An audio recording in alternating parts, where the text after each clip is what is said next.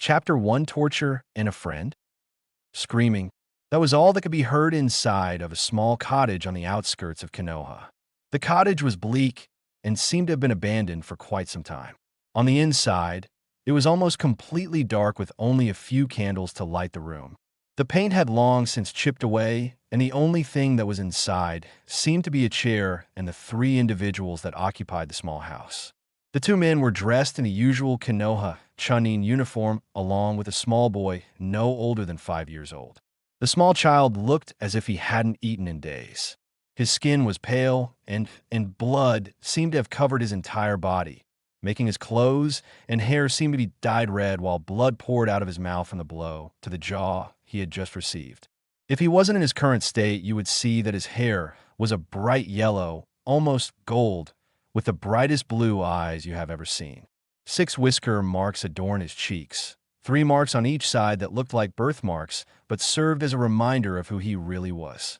This boy was none other than the orphan Naruto Uzumaki, Jinchuriki, or Demon Container, the most powerful bijou in existence, the Kyuubi no Kitsune. Please just stop. I'll do whatever you ask. Just don't hurt me anymore," said Naruto in a weak and tired voice. Something like this happened every so often, but he never knew why it happened, and it was never this bad. Naruto was currently on a chair with his arms and legs strapped tightly so that he could not escape. His wrists were already broken because of his attempts to loosen the restraints. The two men that were torturing the poor boy put on a sadistic smirk when they heard the boy's pleas. It sounded like music to their ears for the demon of the village to be in so much pain. The Chunin knew that they couldn't just kill the boy because the demon would escape his human form and destroy the village again, but they sure as hell were going to make him suffer for taking the lives of their families. "Shut up, demon. You deserve this, and so much more for taking my brother away from me," yelled the still unknown Chunin. Grabbing the bloodied kunai that was still dripping from Naruto's blood, he drove it straight into the little boy's hands, leaving it impaled into the chair. H. Naruto screamed at the top of his lungs. This was going to be too much for the boy, even with the demon inside him, trying to keep the boy alive by healing him. A few seconds passed, and the kunai was starting to be forced out of Naruto's hand while it was shrouded in red chakra. This put both Chunin on high alert, thinking that they may have damaged the seal in some way.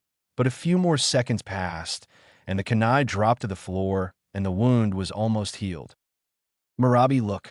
The demon is starting to heal even faster," stated the second unknown Chunin. "I can see that Uchiha," snarled Marabi, "but it doesn't look like it can harm us, so we are still in the clear." Patting himself on the back for having the foresight to steal a seal from his clan's library to prevent people from feeling any chakra or hearing anything coming from the cottage. "Hey, watch your tone, Hyuga. I am only working with you on this because I want my revenge on the demon," yelled the Uchiha while he pulled another kunai out of his pouch. Whatever. Let's just start finishing up here and give the demon a going-away present," smirked Marabi as he gestured for the Uchiha to pass the final blow. With a sadistic smile, he stood in front of Naruto, who was trying his hardest not to pass out from all the blood lost, and plunged the kunai into the boy's stomach. The two Chunin let out a dark chuckle at the soundless scream that the little boy made and shunned shine to their respective clan houses, never noticing a seal appear on Naruto's stomach before he passed out. Naruto woke up in a sewer with the water being at least ankle deep and was so dirty and cloudy, you couldn't see the bottom of the water. Looking around, he saw what looked like 3 pipes glowing with energy. The top one was the smallest, and it seemed to glow a familiar light blue. The second was gray and didn't seem to have any special energy flowing through it. The last and biggest of the 3 pipes seemed to glow bright red and had a malicious and vile aura to it, and seemed to travel the opposite way of the other 2 pipes. Naruto felt a connection to the red energy and started to walk alongside the red pipe, and eventually stopped in front of a huge cage with a piece of paper on it that read seal. Naruto didn't know what to do, but the aura that was coming off of the cage did not seem to frighten him. If anything, it calmed him down. Minutes passed, and Naruto stayed, standing before the cage, working up the courage to go in. He might have felt calm, but the cage in front of him was huge, and he didn't want to disturb whatever or whoever was in there. So as he was about to turn around, he heard breathing. Turning back to the cage, he saw two giant slit eyes that were bloodshot red and looking straight at him. It took a little for Naruto to think of the right words to say, but eventually he got tired of the silence and blurted out, "Who are you?" The eyes that stared at him seemed to hold amusement in them at the tone and boldness of the little boy in front of him. All of a sudden, the lights of the dark sewer seemed to light up all at once, and inside the cage you could see a giant 2-story tall fox with blood-red fur and 9 tails thrashing mindlessly behind him while he grinned at the boy. Now, most people would have been too scared to even think and would have run as fast as they could to get away from the demon. Naruto, on the other hand, just looked at the kitsune in awe. He had never seen something so big and furry. Naruto ran up to the cage, not even bothered by the bars, and slipped through and jumped onto the giant paw of the fox. "Awesome!" Naruto screamed as he laid his head on the fox's fur, no longer remembering the horrible torture that he had just experienced. The fox just sat there in stunned shock. Very few could even stand the killing intent and chakra output that naturally came off of him, but this little boy seemed to not even be bothered by it. "I'm impressed, kid. Most people would run away from me. Why are you not scared?" asked the fox. He was curious to what the little boy was thinking. "Why would they run away?" asked the confused Naruto as he tilted his head to the side, giving him a cute look. "Because, kid, I'm a demon. I am the Kyuubi no Kitsune's strongest of the 9 demons." Kyuubi stated in a regal tone. What? How is that possible? The 4th Hokage defeated you," Naruto said as he started to slowly back away. He heard that demons kill people, and he didn't want to die. The Kyuubi saw his reaction and frowned. He didn't want Naruto to be afraid of him. He saw all the torture he went through and all the hate that the village had given him all because of him. He felt guilty and wanted to pay the child back, but he knew that it was still too early for Naruto to know the whole truth, so he would just give him what he needed to know. "Don't be afraid, kid. I won't hurt you, I promise," Kyuubi said, and Naruto visibly relaxed when he heard that, but still kept his guard up. No human can kill a demon, so what you're the 4th Hokage did was seal me into a newborn baby. That baby was you, Naruto, explained Kyuubi while Naruto had a look of shock. It all made sense now. All the bearings and the cold glares were all because of Kyuubi. Naruto's look of shock quickly turned to one of rage. "It's because of you then. You're the reason I am hated by everyone." Naruto yelled, tears threatening to leak out of his eyes. Kyuubi saw this and sighed. Naruto was right about it being his fault, but he wanted to try and make it up to him. "Look, Naruto, I know it was my fault, but that's why I want to make it up to you. I'm thousands of years old, and I can teach you so much. I want to help you grow into the most powerful shinobi that has ever walked the elemental nations," Kyuubi declared with a smirk as Naruto sat there doing his best impersonation of a fish. He couldn't believe that someone would do anything kind for him, especially training him to be a ninja. You would do that? But why? You're supposed to be a demon. Why would you want to help someone like me?" Naruto said in a small, sad voice as he put his head down. He still didn't fully forgive the Kyuubi, but if he turned Naruto into a great ninja and helped him out, he would definitely forgive him. Kyuubi just smiled. "Because, Naruto, I am not as evil as everyone thinks, and I will be damned if I let my container be weak. With me by your side, we can do anything," Kyuubi said with a grin that Naruto happily returned. He liked thinking about how powerful he might become when he gets older, and he was getting giddy just thinking about it. "Oh, Kyuubi-sensei, I will be the best ninja ever, and I promise I will make you proud," Naruto exclaimed while pumping his fist into the air with a large grin. Kyuubi just chuckled at Naruto's antics. "Okay, kid, I know you'll be great. Now, there are some things you need to know, and some things I will tell you later on, but for now I will tell you about your training. When you wake up, you'll be almost fully healed. I want you to get to the apartment the old Hokage gave you and sleep.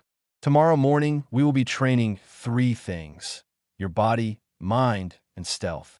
I will be teaching you one jutsu for now that will help, but that's it for now. When you wake up, I have already established a mental link so that you could talk to me whenever you want. Kyuubi explained as Naruto was soaking up everything he said like a sponge. He didn't want to disappoint his new sensei after all. Okay, I could do that. How do I get out of here again? Asked Naruto sheepishly as he rubbed the back of his head in an embarrassed fashion. 1 second, kid. I have one question for you. What do you think about becoming a half-demon? Kyuubi asked with a smirk as he saw Naruto light up at the question. What do you mean half-demon? Will I be a fox like you? Asked Naruto, slightly put off by the idea of turning into a giant fox. The Kyuubi just chuckled at the boy's confusion and decided to clarify. No, nothing that extreme. But you will change. Your Hanyu, half-demon, body will be perfect by human standards, and you will look to be around 21, but you will not age anymore. Your chakra will also be more powerful than it usually is, and you will also gain another supply of chakra called yuki, which is what demons use instead of chakra. Your yuki will be many times more powerful than your chakra, and it will be very hard to control, but I will teach you in time. You will also have heightened senses that would even surpass the Inuzuka clan, and you will be physically stronger and faster than most humans your age should be. The last thing that will happen is that you will grow fox ears and tails. The number of tails you have will show how powerful you are. Kyuubi let out a sigh. He wasn't expecting to talk so much and give him all that information, knowing he would probably have to repeat it, but he thought it would be better to just get it out of the way. Naruto, throughout the entire explanation, was getting more and more anxious by the second. Kyuubi-sensei, of course I want to be a Han. A Hanyu. It sounds awesome. Naruto exclaimed, running around the cage aimlessly. Kyuubi couldn't help but smile at the sight. He was afraid that Naruto wouldn't want to be a demon and Naruto's power will be drastically decreased if he had refused to be a Hanyu. It is hard if so no Naruto. And good, your training will start tomorrow, but I warn you, your body is not ready to become a Hanyu yet, so you will have to wait at least another 2.5 years, maybe more, before we can do it. Now get out of the seal by focusing on leaving the seal, and you should end up where you were. Kyuubi said while holding back a yawn. He had been healing Naruto this entire time, and it was making him tired. Naruto was a little saddened that he would have to wait a couple years, but brightened when he thought about the training he was going to receive. So with a quick bow and a wave, Naruto started to focus on leaving the seal, but as he was fading away, his eyes snapped open in shock. How could he have forgotten to ask such an important thing? Kyuubi, I was wondering, I know your title is Kyuubi no Kitsune, but do you have a real name? Naruto asked, slightly nervous because he didn't want to make his first and only friend mad at him. Kyuubi gained a shocked look, but quickly schooled his features and smiled at Naruto. No one had ever asked for his name before, so he thought it was only fair to give that piece of information to him. My name is Kyurama Kit, Kyuubi said, having a hard time not stumbling over the name that was so foreign to him. Naruto smiled brightly and nodded.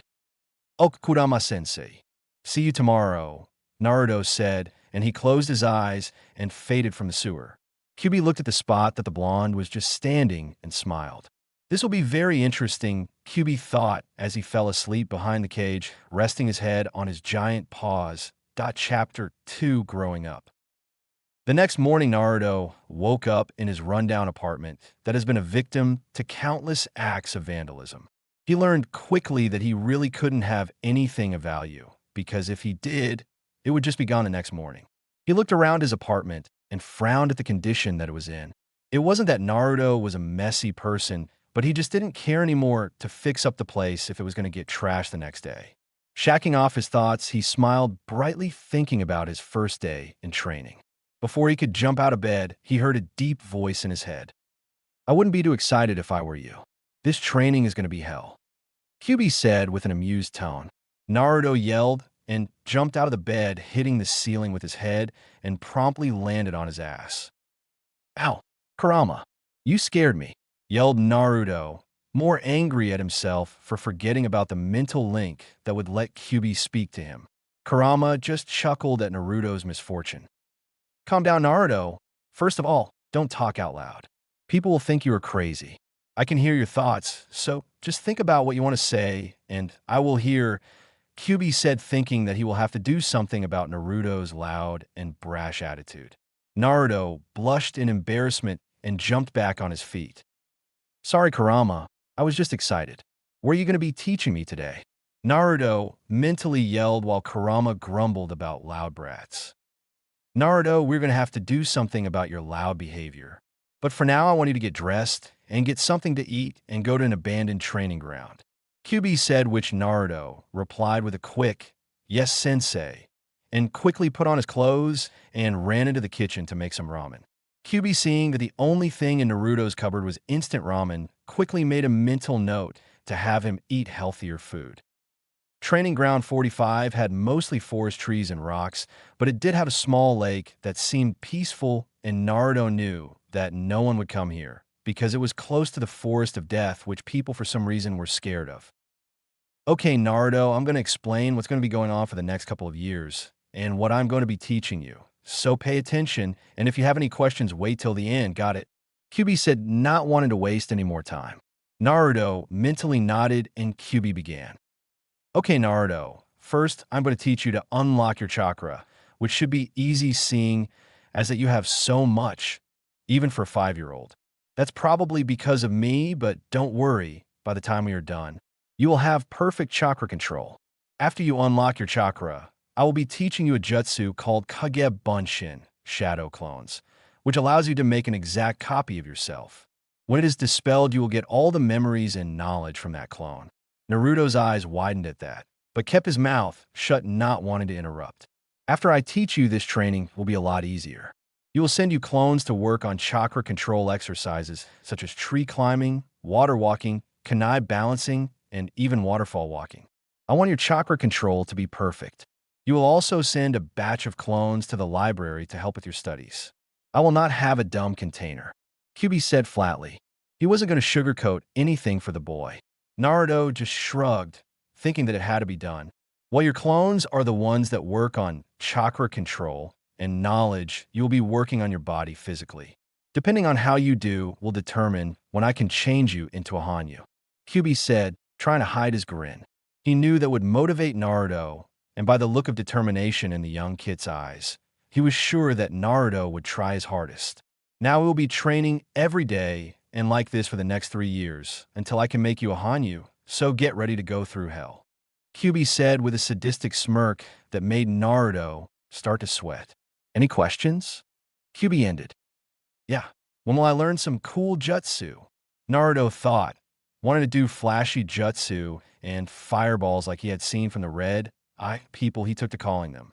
Kyuubi let out a sigh and thought about how hard it will get Naruto to accept this. Naruto listened and listened good. In time, I will teach you jutsu. Naruto started to yell and pump his fist in the air until he heard the loud voice of Kyuubi in his head. But I will be teaching you very few jutsu because I believe that having 10 jutsu and knowing them to perfection and how to apply them in battle is better than knowing a 1,000 jutsu and not knowing what to do with them. Kyuubi stated in a firm voice. He wanted to get it across to Naruto that he was doing this for his own good. Naruto looked disheartened by this, but quickly shook it off. He would trust his sensei because he was the only one to ever teach him anything. Naruto had to learn to read, write, and do pretty much everything by himself, and for a 5-year-old boy, that was quite impressive. So with a nod for Naruto, Kurama decided it was time to get started on the long journey that was ahead of them. Time skipped 2 years. It was early morning, and there were not many civilians around the streets this early, but the people that were up and about seemed to be quite happy. Many were pleased that they haven't seen the demon of the village much at all, and not many people have heard from the blonde Jinchuriki for quite some time. Of course, they saw him on occasion walking down the street or sitting at Ichiraku's ramen stand. During the 2-year period, Naruto would go this specific stand because the owners of the stand were one of the very few people who didn't judge Naruto because of the demon that was sealed into him. Tucci and his daughter Ayam were the owners of the store, and they were always very kind to Naruto because he seemed like a nice boy that had just been dealt a bad hand. However, most people were happy that they didn't get to see the demon of the village much. However, There was one person who was quite concerned about not hearing from the boy he considered a grandson. That person was none other than Hiruzen Sarutobi, but better known as the third Hokage of the Leaf. He was an aging old man in his late 60s with a wrinkly old face and a skinny frame. Even though he was an old man, the power that he held was equal to the strongest ninjas in the elemental nations. He wore the red and white Hokage hat with an elegant white robe with red trimming. It had been about 2 years since he last heard from Naruto. Sarutobi was a very busy man due to his position as Hokage, so it was quite understandable as to why he hasn't had the time to see the boy. However, he had made sure to clear all his appointments today so he could spend some time with young Naruto. He had sent an umbu to Naruto's home, and he was currently wondering why it was taking so long. Naruto was sitting in the lotus position under a waterfall, meditating, wearing only a pair of black umbu pants, showing off his toned chest and six-pack abs that the boy had developed over the 2 years of training his body. He still had a little baby fat for being only 7 years old still, but he was a very cute boy that would have fangirls chasing him every day if he bothered to show his face once in a while. Naruto's mind started to stray to the last 2 years of training under Kurama. The Kyuubi had started to be more like a father figure in Naruto's life because not only was he teaching the young blonde how to be a ninja, but also how to be calm and logical. He also taught the boy manners, seeing as to how he was seriously lacking considering he had no parents to correct him. Naruto's ninja skills were very good for his age, but a little unorthodox. Naruto, under Kyuubi's instruction, learned that loudly proclaiming your jutsu right before you did them was not a good way to be a ninja, so he had learned to sub-vocalize his jutsu so that he didn't have to say it out loud. He also practiced every jutsu he knew with his shadow clones so much that he could do the 4 jutsu that he knew without hand seals or any poof of smoke. The boy was still a bit down that he didn't know any flashy jutsu or anything. Excluding the shadow clone jutsu, he only knew the 3 basic academy jutsus: Hinge, Substitution, and Bunshin clone. Nevertheless, Naruto knew that it would be for the best, just like his sensei said. Naruto had picked up a Fuinjutsu, sealing technique, book one day, and immediately took a liking to the art. Kyuubi had told him that he was an Uzumaki from his mother's side, which specialized in the art of Fuinjutsu, and were unrivaled by anyone in their skill of seals. Unfortunately, that was all Kurama told him about his mother, and said he wouldn't tell him any more until he was ready. Naruto pouted a bit, but quickly shook it off and listened to all the things the Kyuubi said that seals could do, and was currently wearing a seal he learned to make and applied it onto his body with ink. The seal was known as a resistance seal, which put resistance on every muscle of your body, making it harder to do every movement. When channeling chakra through his entire body, the seal would appear as chains wrapped around his chest, torso, arms, and legs, and had a number on his chest indicating how much resistance was put on the body. The seal could go from 1 to 10, and Naruto was currently at level 3. With the seals on his top speed was around high Genin level, but if he deactivated his seals, he could reach high Chunin to low Jounin level speeds. The blonde Jinchuriki worked on his chakra control the most, and was what he was doing for most of the 2 years. Amazingly, he had high Jounin level chakra reserves that kept on increasing and also had near perfect chakra control. Naruto was broken out of his recollection of the past when Kyuubi's voice rang through his head. "Naruto, someone is watching you train. See what they want," Kyuubi demanded. He did not want any ninjas spying on his training just yet. He wasn't ready. Naruto had sensed the ninja as well, but was trying to figure out why his scent was vaguely familiar, but couldn't think of who it was. "I know you're there. You can come out now," Naruto said in a loud but calm voice, making sure the unknown ninja could hear him. The observer's eyes widened in shock. How could he have sensed him? And also, why was a 7-year-old boy mediating under a waterfall? The unknown ninja quickly got over his shock and jumped from his treetop and landed right next to the waterfall. He wore the standard umbu uniform with a dog mask and spiky gravity-defying silver hair. He had an air of calm about him, and he held himself with the confidence of a seasoned shinobi. "Why are you mediating under a waterfall?" the now recognized umbu member asked. Naruto opened his eyes and looked at the man that was in front of him. There was something familiar about him, but he couldn't put his finger on it. I'll answer your question if you answer mine. Why do you feel so familiar? Have we met? Asked Naruto. The Umbu member's eyes widened slightly at hearing Naruto's unnaturally calm voice. For what he could remember, Naruto was always loud and brash. What has changed in the years? I used to be on the Umbu squad that guarded you when you were at the orphanage until you were 3 years old. But I don't know how you would remember me, said the masked ninja, wondering if Naruto really remembered him from so long ago. Naruto now remembered that he was one of the ninjas that saved him from getting a beating one day. He never forgot the ninja that saved him from beatings because they were few and far between. Naruto sighed and got out of the waterfall and calmly walked on the surface of the water to land. Now the masked ninja's eyes widened to the size of dinner plates seeing this. How could a boy so young already master water walking and walk with practiced ease?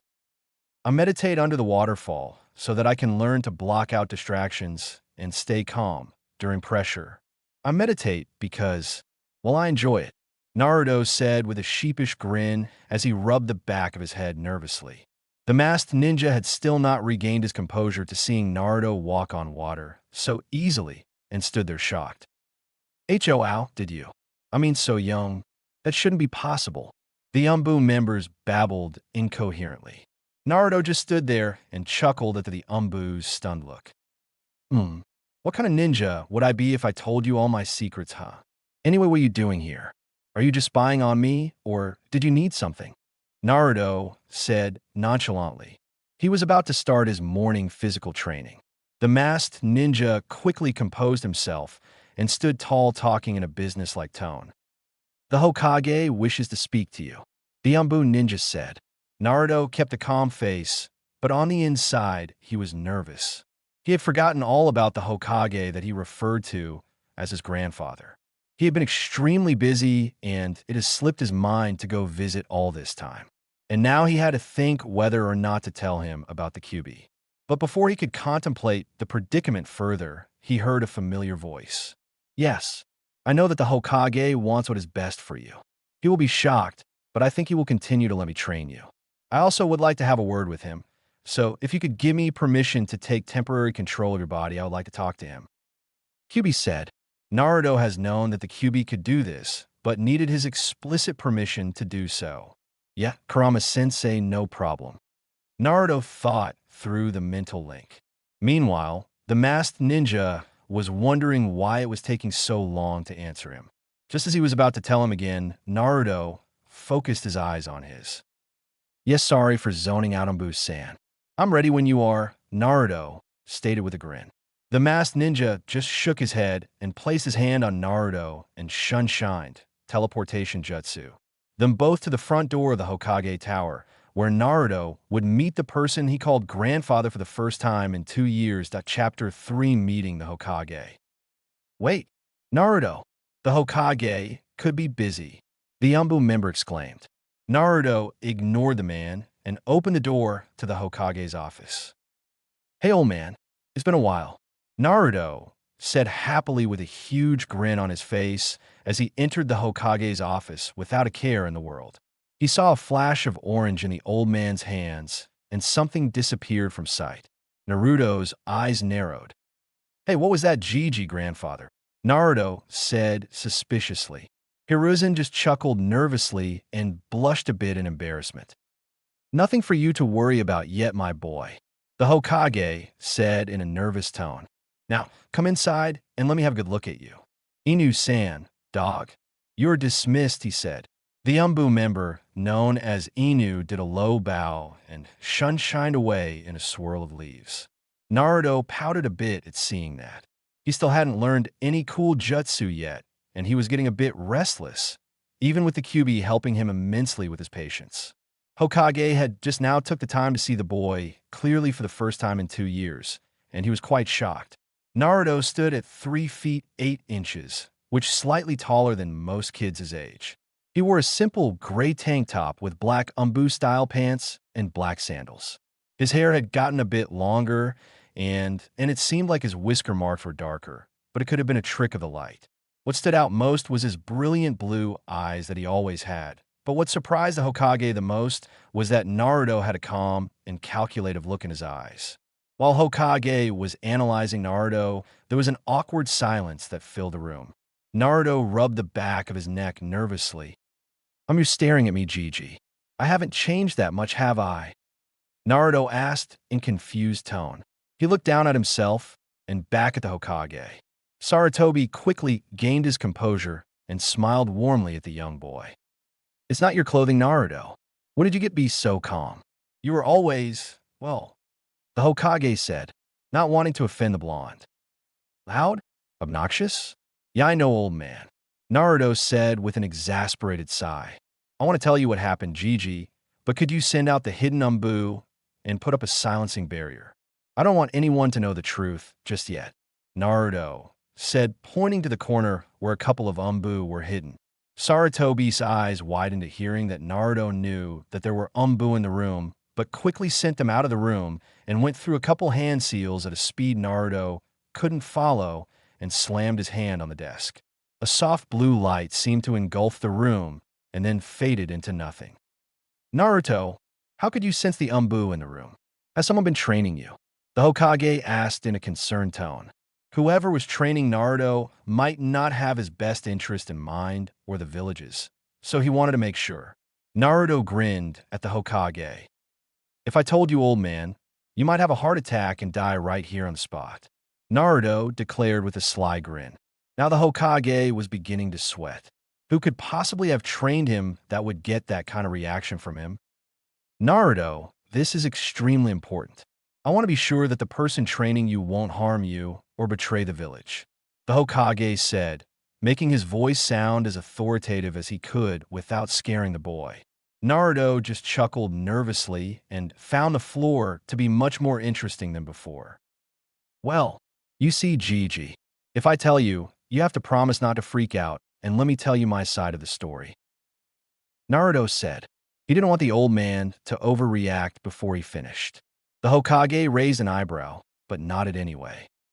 "Okay, well, I'm being trained by the Kyuubi," Naruto started, but before he could continue, he was interrupted by the Hokage standing up and shouting. "You know about the Kyuubi?" the old man asked wide-eyed. Naruto just sighed. This is going to be harder than he thought. "Yo, old man, I'm known for about 2 years now, and before you say anything, he isn't telling me to do anything bad to the village or myself. He has just been training me to protect myself and the people precious to me. The very few that are precious to me," Naruto said, whispering the last part as more of an afterthought. But the Hokage heard him clearly and frowned when he heard it.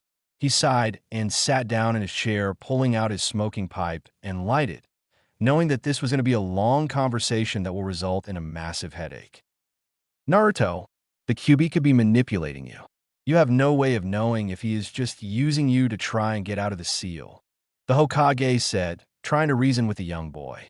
But what he saw next made his eyes widen slightly. Naruto looked angry. "Hokage-sama," Naruto said in a firm voice, making sure he used his grandfather's official title so that he would know he was serious. The Hokage inwardly flinched at hearing his tone. "Kurama is like the father I never had, Gigi. He would never do anything to harm me or anyone that I care about. He has done more for me than anyone has ever done before," Naruto said, smiling a bit at one particular memory that he had with his inner demon. Flashback 4 months ago. Naruto was doing his daily training regimen in the Forest of Death when he suddenly dodged to the right and rolled onto his feet. 3 kunai dug into the spot that he was just standing. When Naruto looked for his attacker, he saw a random, newly promoted Jounin with an insane grin on his face. Inwardly cursing, he wasn't ready to face a Jounin-level ninja. Not without Kyuubi's help anyway. "What do you want?" Naruto asked, but already knew the answer to. The Jounin just smirked and started to twirl a kunai in his hand. "I've been looking for you for a while now. I was just promoted Jounin, and I swore to myself that when I did, I would hunt you down and kill you for what you did to my sister," the now enraged Jounin said. His sister was one of the victims to the Kyuubi attack, and he will be damned if he let the demon walk around unpunished. Naruto inwardly groaned. You see the crap I have to put up with. Why don't they realize I'm not you? Speaking to Kurama through the mental link. Kyuubi snorted. Hey, I said I was sorry, all right? But never mind that. You're gonna have to go all out, and even then. Kyuubi said. Naruto mentally nodded. I know, Kurama. I'm sorry, I'm just tired of this. Let's see how far I've come in my training. Naruto thought as he grinned. He concentrated his chakra throughout his entire body. Chains started to appear wrapped around his entire body before they seemed to break and fade back into his skin. I'm not going down without a fight, you know, Naruto said as he got into his own taijutsu stance. He was beginning to create his own form of taijutsu that relied heavily on speed and feints, but wasn't even close to done and hadn't even named it yet. The Jounin saw his stance and started to laugh maniacally. Haha, you think you could defeat a Jounin? You might be a demon, but you are in a 7-year-old body. The Jounin exclaimed. Naruto just shook his head calmly. You might lose your life if you keep being so arrogant, Naruto said. The Jounin rolled his head back and started to roar with laughter. Ha ha ha ha ha. You should be. That was all he got to say as Naruto disappeared from where he was standing and sent a bone-crushing punch to the Jounin's chest. He didn't stop his attack and swept at the ninja's feet, causing him to lose balance, while Naruto took advantage of his imbalance and sent the man flying with a kick to the chest. The man had 2 cracked ribs from the attack and got up shakily while glaring at the young boy. I see you still retain some strength in that form demon, but you still can't compare to me, yelled the insane Jounin as he charged at Naruto, who barely had enough time to put up a block, but wasn't quick enough for a follow-up punch to his nose that sent the blonde back into a tree, leaving an indent. Naruto groaned and got back on his feet. This isn't going to be easy for me, he thought as he charged the man as they engaged in a heated taijutsu battle. To anyone Chunin rank or lower, the two were both blurs, and all that could be heard were grunts of pain and bones cracking underneath the powerful blows. They both jumped back a couple minutes later. Naruto was panting pretty heavily as he sported many bruises on his arms and legs and a swollen cheek, but it was quickly healing due to Kyuubi's chakra. The Jounin was doing a bit better than Naruto and was panting slightly with a couple of bruises and cuts on his body. You're better than I expected, demon, panted out the deranged Jounin. But let's see how you handle this, yelled the ninja as he started going through a string of hand seals and yelled out Kyuubi, fire dragon projectile. A stream of fire shot out from the man's mouth and formed a huge dragon with glowing red eyes that charged at Naruto. Shit, Naruto exclaimed as he did a seal-less substitution jutsu with a nearby log and shot 4 kunai at the man from his blind spot. The Jounin sensed the kunai coming and did 3 hand seals and held the last seal. Doryuheki, Earth-style wall, proclaimed the man, and a 10-foot-tall wall of earth shot up from the ground and blocked the kunai. The man did another seal and yelled Domu. Earth spear. Suddenly spears started to form on the wall and shot towards Naruto. He tried to dodge them all, but the last one caught him in the shoulder, making that arm almost useless. Damn, what do I do now? Naruto mentally screamed. Throughout the whole fight, Kyuubi was getting more and more angry. How dare this human hurt my kid? Kyuubi mentally yelled. Naruto, give me control of your body. I will not let him harm you any more than he is already, Kyuubi declared, angry that the boy he had come to raise as his own was always being threatened because of him. Naruto at first was shocked Kyuubi was so mad, but soon that shock turned into a small smile. Of course, Kurama. Have fun, Naruto said before everything for him went pitch black, and it seemed as if he was looking at the world through eyes that were not his own. Throughout all this, the man had been panting on one knee, trying to regain his composure after wasting so much chakra. He was about to start getting back on his feet when he felt the most malicious killing intent he had ever felt since the Kyuubi attack, but it was all directed at him. He was struggling to breath and trying desperately to move, but he couldn't. He looked up, and what he saw made him turn white as paper and start to tremble in fear. What made him so scared was not that Naruto was no longer on his knees with a piece of earth spear inside of his arm. He wasn't even as scared of the red aura that he was giving off. He was terrified of the boy's eyes, though. They looked just like the demon's eyes, with a black slit running down the middle, and the brilliant blue was replaced with blood red. Kyuubi smirked when he smelt the fear coming from the man. He was going to enjoy this. Kurama pulled out the spike lodged into Naruto's shoulder and flexed his fist as he slowly walked over to the man that was desperately trying to run away. "You think you could harm my kid and get away with it?" Kyuubi asked, as he kept walking towards the man until he was arm's length away. The man just looked up at him and started to stutter and plead for his life. "PP, please. I'll do in." That was all he was able to say before Kyuubi started to tear the man apart. Literally, Kurama grabbed the man's arms and put his foot on his chest and pulled. With a sickening snap and tearing sound, his arms were ripped from his body, and all that was left of his arms were torn ligaments and the top half of his shoulder. The man was now screaming at the top of his lungs, trying in vain to stop the endless flow of blood from gushing out. Kurama started to beat the man senseless with both of his own arms until the man died from blood loss. Kyuubi seemed upset that he didn't have enough time to punish him properly, but soon came to his senses when he felt a squad of Umbu coming his way. He made a hand seal and concentrated his chakra to his shadow and started to meld into it. 30 seconds later, the group of Umbu came into the clearing where the newly promoted Jounin was lying face down on the ground, still bleeding from his arms and head. The Umbu were very confused at the scene that they came across because there was no sign of anyone else being here, but the man had not been dead for over a minute. The group of Umbu took the body and went to report to the Hokage. Kyuubi/Naruto appeared in the corner of his apartment and walked out of the shadow he was in. Kyuubi closed his eyes and let Naruto regain control of his body. I didn't know you cared so much, Kurama. I could feel your rage from inside my mind," Naruto said out loud with a small smile on his face. He was not at all bothered by what he watched Kyuubi do. He actually somewhat enjoyed watching it happen. "Well, I've been basically raising you for almost 2 years now. I wouldn't want to see you hurt. I treat you as if you were my own kid," Kyuubi said in a fatherly tone. Naruto just stood there shocked. He didn't know Kyuubi thought of him that way. And to be honest with himself, he loved the feeling of having someone care for him. "Thanks, Kurama Tusan," Naruto said with a tear falling down his whiskered cheek. Flashback end. Naruto smiled fondly at the memory. The Hokage just sat there with wide eyes, trying to figure out if he was joking or not. Eventually, he found that Naruto was dead serious about Kyuubi being a father figure to him and sighed heavily. "Well, why would he attack the village if he wasn't evil, my boy?" The Hokage said, trying to make Naruto see reason. Just when Naruto was about to make some excuse, he heard a voice in his head. "Let me explain this part, Naruto.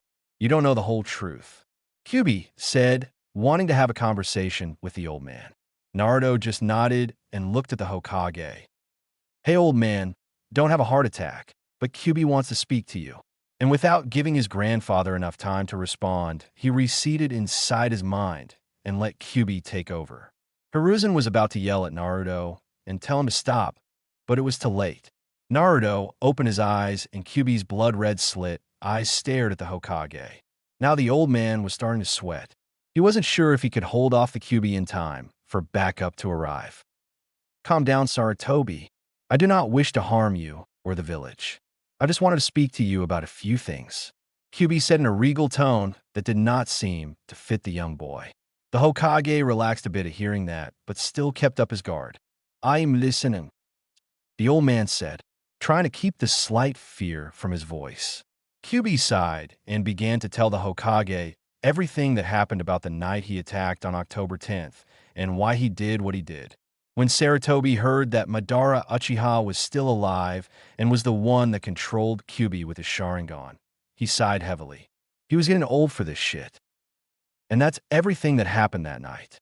So as you can see, it was not my fault for attacking the village, even though I wouldn't mind killing off the ignorant people who harmed Naruto, Kyuubi said bitterly. The Hokage flinched when he heard that. He knew that there had been a few beatings, but as far as he knew, they had stopped. "I've tried my best to keep Naruto safe. I even had an Umbu squad follow him while he was at the orphanage," the Hokage said defensively. Kyuubi sighed. I know Sarutobi. That's why I haven't taken him from the village. He cares too much about you. And a few others. The Hokage looked a bit relieved. At least Naruto was going to stay in the village and had at least some people he cared about. But don't get me wrong, I want to take him out of the village for a few years to complete his training. I was planning on taking him in another 6 months. Kyuubi stated, leaving very little room for argument. Sarutobi sighed and thought about the benefits of having Naruto trained by the most powerful demon in existence, but he still wanted him to have bonds and grow close to people his age. I will allow this, but only if you have him back 6 months before he is supposed to graduate from the academy. I want to have friends and at least try to be a normal boy. The Hokage said, hoping that the Kyuubi wouldn't have a problem with it. Kurama just grinned. He was planning on doing so anyway. He didn't want his kid to be isolated from everyone his age. That could be arranged, Kyuubi started to say, but was interrupted by the door to the Hokage's office being thrown open, and a dark blue-haired girl with a lavender bandana on her forehead came running up to the Hokage, crying hysterically into the old man's robe. Kyuubi quickly gave control back to Naruto, who had been listening the entire time, but when he saw who was currently crying her eyes out in front of him, his heart dropped. He couldn't believe it was her, after all this time, the first person his age that wanted to be his friend. Ashashinata. Naruto stuttered out, Chapter 4 Lavender Princess. Flashback 1 year 6 months. Naruto was stealthy moving back towards his apartment after enjoying some ramen from Ichiraka's ramen stand when he heard someone in the distance. Huh, you look so ugly with no pupils.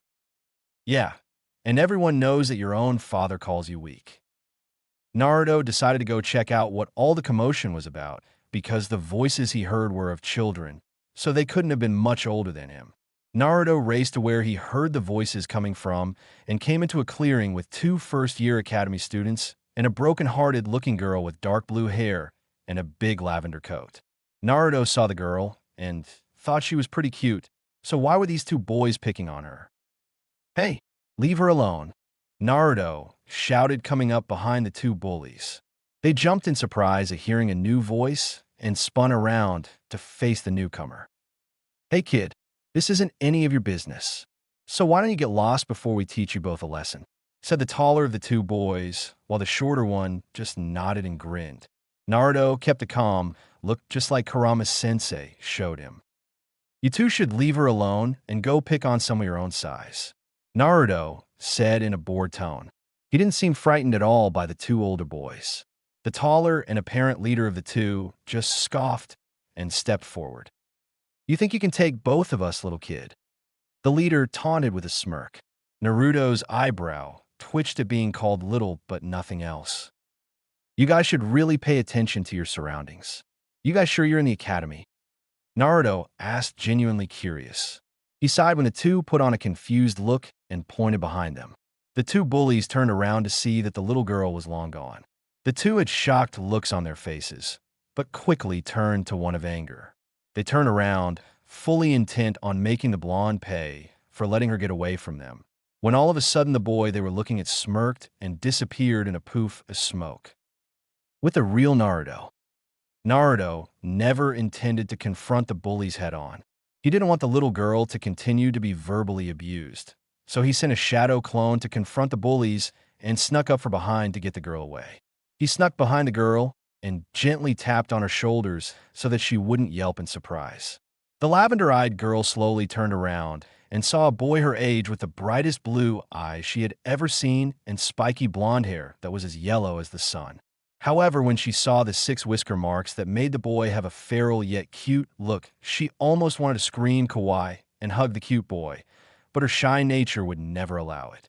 She nodded when she saw him put a finger to his lips, indicating to keep quiet, and watched as he came closer and closer until he was right next to her. She blushed at their proximity, but when he put his arm around her and jumped into the tree that was right behind them, she let out a small eep that luckily wasn't heard by the bullies.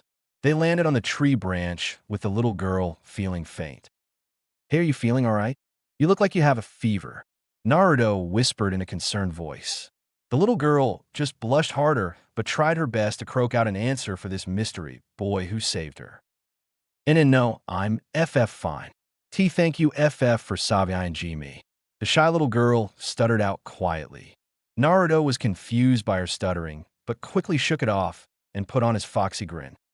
No problem. I couldn't let them pick on a cute girl like you. My name is Naruto Uzumaki. What's yours? Naruto said in a subdued tone. His clone still wasn't done talking to the two other boys. Hinata blushed bright red and felt like she was going to faint at hearing the boy she now knew as Naruto say she was cute, but she managed to stutter out a response. Ashashanata ashuga. That was all the poor girl could say before pushing her fingers together and reseating in her big lavender coat like a turtle. Naruto chuckled at the cute sight, but still couldn't figure out why she was acting so weird. But before he could figure it out, his clone dispelled, making his eyes glaze over as he went through the clone's memories. He looked down a second later to see the clearing empty. Hey, those guys left now, so we can hop down. Need any help? Naruto offered. Hinata quickly shook her head no, knowing that she would faint if he got that close again. They both jumped off the branch that landed gracefully on the floor. Naruto turned to Hinata to see that she was still twirling her fingers and taking an occasional glance before looking away again. Hey Hinata, would you like to be my friend? Naruto asked with a big grin. Hinata blushed, but had a small smile on her face. IWLLDL like that. Hinata stuttered shyly. Naruto was getting really confused on why she acted so shy, but before he could ask why his sensei made his voice known. I'll tell you in a year or two, when you're older, just get her back to her clan compound. Kyuubi said, not wanting to give the birds and the bees talk just yet. He would have to do it before he transformed him into a Hanyu, because his hormones and demonic nature will be telling him to do things he wouldn't understand if he neglects to tell him. Naruto just mentally nodded. Hey Hinata, can I take you BA? Before he got to finish his sentence, a man came into the clearing with the same pupil-less eyes that Hinata had, but they were much, much colder. Hinata-sama, get away from that demon right now. The obvious branch member of the Hyuga clan, because of the headband strapped to his head covering his cage bird seal, said. Hinata stood there in shock. Why was Ko-san being so mean to the boy that just saved her? Ko-Hyuga did not give her a chance to speak as he pulled her away from Naruto. Trust me, Hinata-sama. Stay away from him, Ko said as he dragged Hinata back to the compound. Naruto just stood through the whole ordeal with his head hung low. He knew this was going to happen. Every time he would think he made a new friend, the parents or older siblings would just take them away and call him a demon. He really liked the shy Hyuga girl and wanted to be her friend. He shook his head and started going back to his apartment to mediate. That always seemed to calm him down, never knowing that Kyuubi watched the entire thing and promised himself that he would help Naruto gain at least one true friend. Flashback end. Hinata turned her head away from the Hokage's chest and looked at the boy standing there, but not recognizing him until she noticed his whisker marks. She had been searching for Naruto since the day they met, wanting to befriend him.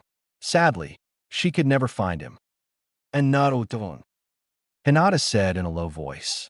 She was still sobbing, but she felt so happy that she finally got to see her crush again. Ever since then, she wanted to get to know the blonde better, but it seemed like the boy had just disappeared. Naruto, seeing her so hurt and crying, could feel his heart sink. Hinata, what's wrong? Are you okay? Naruto asked, wanting her to feel better.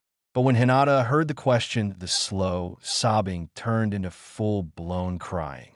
After about 10 minutes, Hinata managed to calm down enough to tell them what happened, and what they found out shocked them.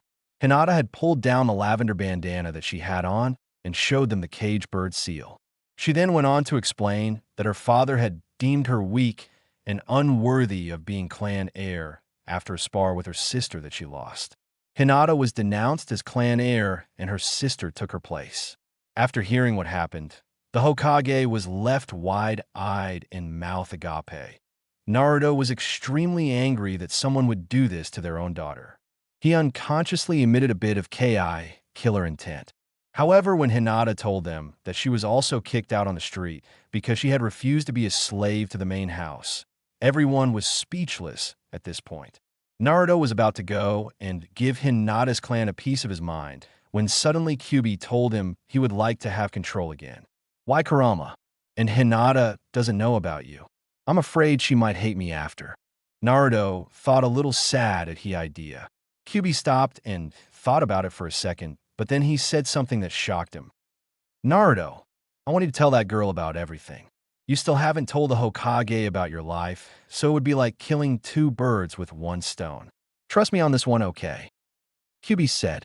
Naruto mentally sighed before saying okay. Meanwhile, the Hokage was trying to tell Hinata that everything was going to be okay and giving her words of encouragement. They were both interrupted when Naruto started to speak. Hey, I'm sorry about interrupting, but for some reason Kurama thinks I should tell you both everything now. He says I will understand later. Naruto said. The Hokage took a second to ponder this, but quickly decided that he would see where this went.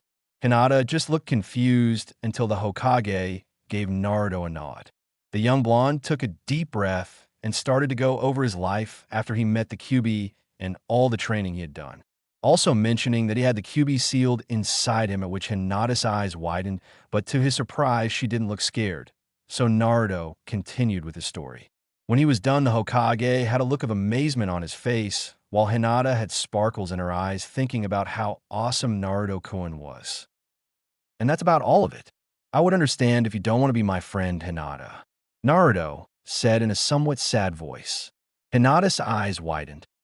Why wouldn't I want to be your friend? Hinata practically yelled, but quickly put her hand over her mouth and sat wide-eyed. Did she really just say that out loud? I mean, why yes, I still want to be your FF friend indeed. Hinata stuttered out. She was so embarrassed her cheeks were tomato red. Naruto just chuckled, knowing exactly why she was shy with him now. Kyuubi had made sure to go over all the details of the opposite sex and explained everything he needed to know. Are you not going to stutter around me forever, are you?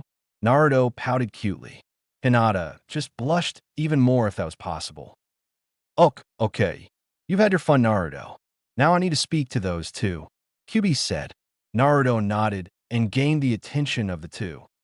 Kyuubi wants to say something, Naruto proclaimed and didn't even wait for a response as he closed his bright blue eyes and opened them again to find them replaced with the Kyuubis.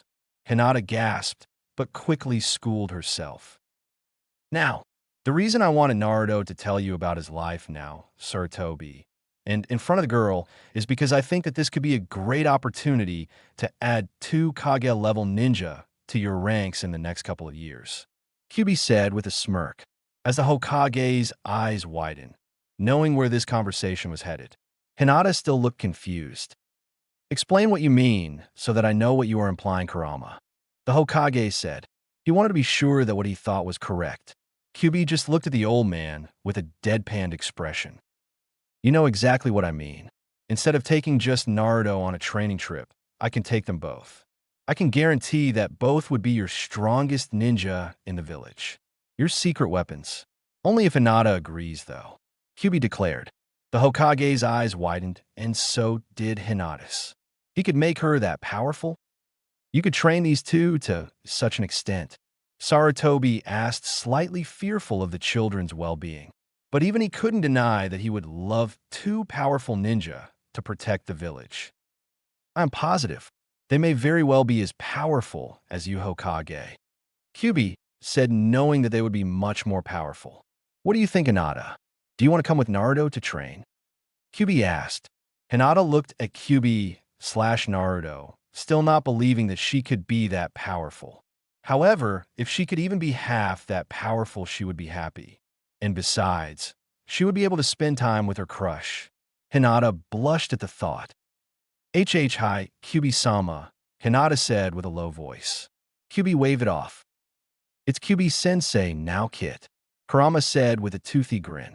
Hinata smiled at that. The Hokage was thrilled with the prospect of having these two trained by Kyuubi, but was also sad that he wouldn't see his grandson in a few years.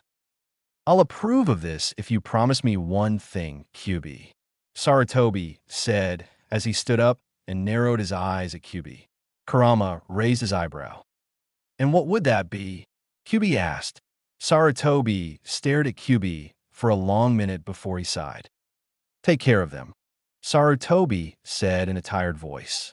Kyuubi just nodded and said he would give Naruto control for a minute to say bye. Naruto blinked a couple times before he came to his senses. Once he did, the young boy looked over at Hinata and blushed while she did the same. He pried his eyes away from his lavender-eyed friend and ran around the Hokage's desk to hug the Hokage.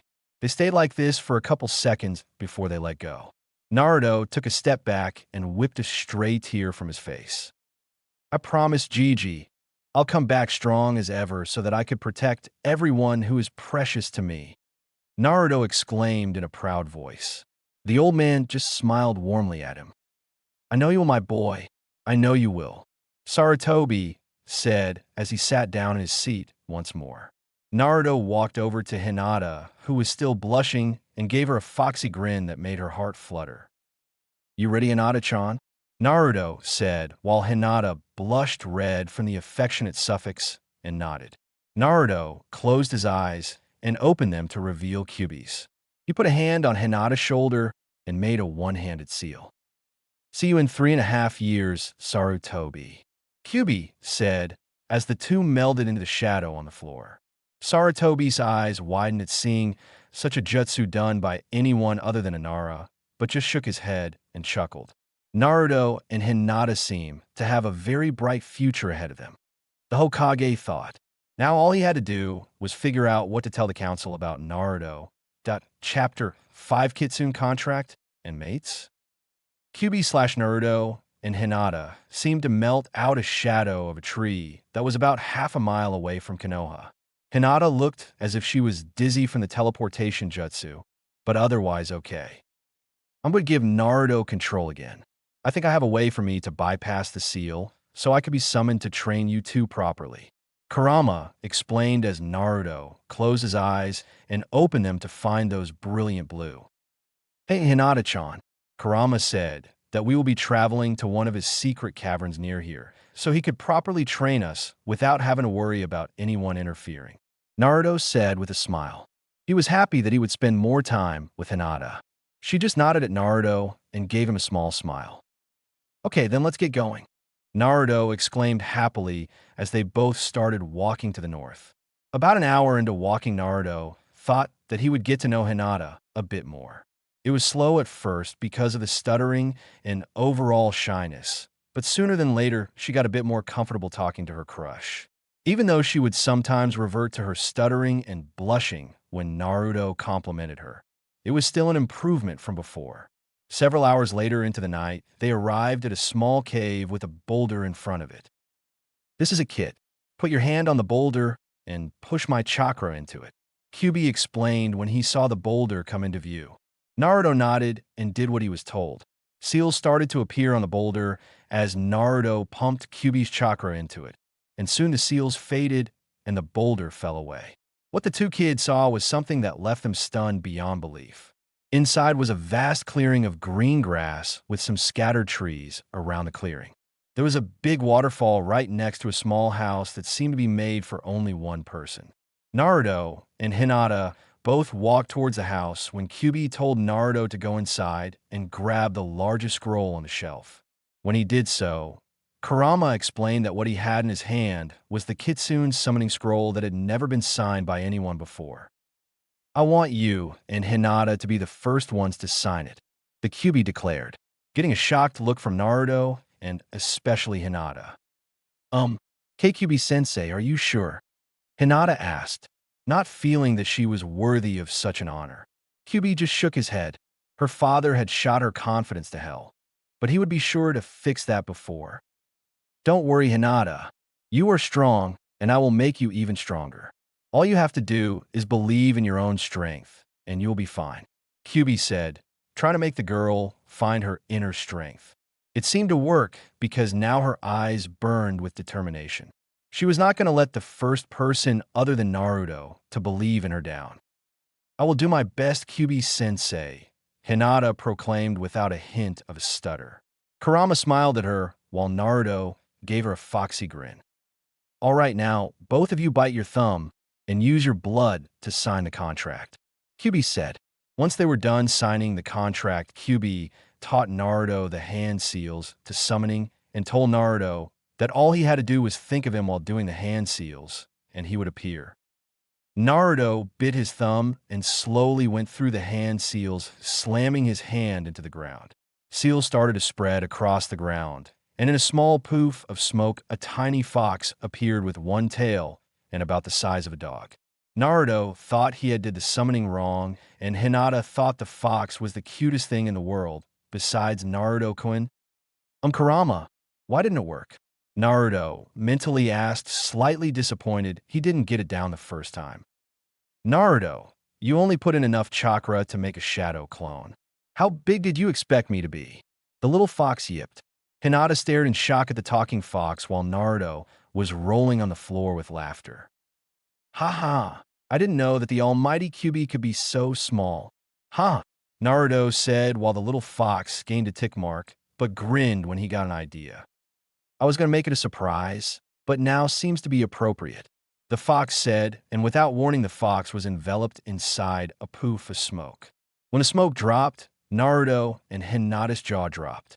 Now in front of them stood a man in his late 20s with pitch black hair and angular face that seemed to hold an inhuman perfection to it, as well as his body. His eyes were the exact same as Kyuubi's, which made it obvious as to who this man was. He had a muscular physique, but not overly so. He wore a tight black long-sleeve shirt with black umbu-style pants that had flames adorning the bottom of them. He wore an all-red cloak that had the kanji for Demon Lord on the back. Naruto was the first one to speak after the transformation. "Kyuubi-sensei," Naruto blurted out. Kyuubi gave him a big grin that did nothing to hide his amusement. "Of course it's me, Naruto. I have a Hanyu form as well as a demon form. Now, are we going to start training? Or are you two going to keep staring at me?" Kyuubi said in an amused tone. That seemed to knock the two out of their shock and gave Kurama their undivided attention. "Good.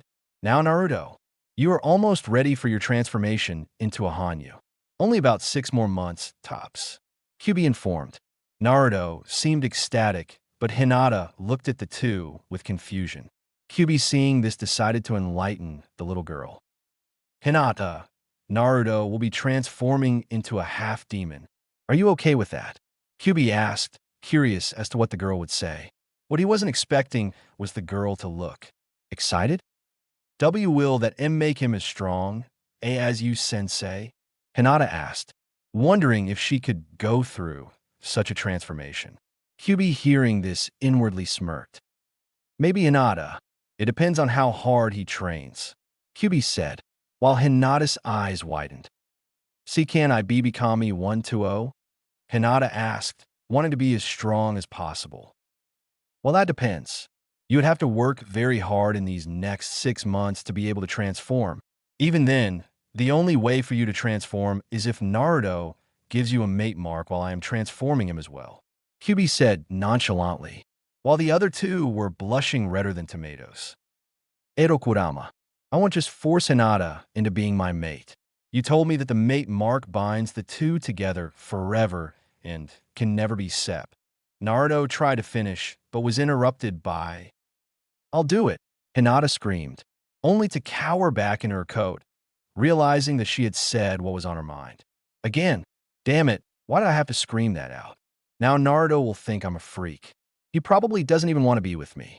Hinata thought sadly. Naruto, on the other hand, was shocked to hear Hinata say that. "Hinata, are you sure? You don't have to. We can try to find another way if you want," Naruto said, although he did like the idea of always having Hinata to be there with him. Hinata was trying to take deep breaths in order to try and calm the nervous feeling she was getting. "Iidoente emint in Naruto." Hinata stuttered out horribly. She inwardly cursed her shyness. Kyuubi, through all of this, had a face-splitting grin on his face. Perfect. Now Naruto has someone who will always be there for him, even when I can't. Kyuubi inwardly smiled. "Well, if you are both sure about this, we better get to training. Hinata, I'll explain before the transformation on what will be happening to you." "Ok," Kurama said. Hinata just nodded meekly, still mad at herself for being so shy. "Okay, Well, the training will start tomorrow. Hinata, we will be working on the physical aspects of training to get you ready. Naruto, I want you to up your resistance seal by 1 and continue our physical training. If you both impress me, they'll teach you both a jutsu. Kyuubi said, knowing that his obsession with learning cool jutsus would drive him. Naruto grinned from ear to ear while Hinata had a small smile. Now, I want you both to get familiar with the house and settle in. I have enough supplies and ninja tools here to last until your training is complete. You both will be sleeping here, so you better get used to it. Kyuubi said with a sly grin. Hinata fainted and Naruto blushed like crazy. Damn it, Kurama. Look what you did. Naruto yelled while checking to see if Hinata was okay. Calm down, kid. She'll be fine.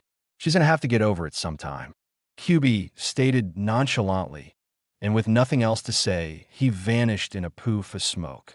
5 minutes later, Hinata woke up still blushing, but managed to keep from fainting.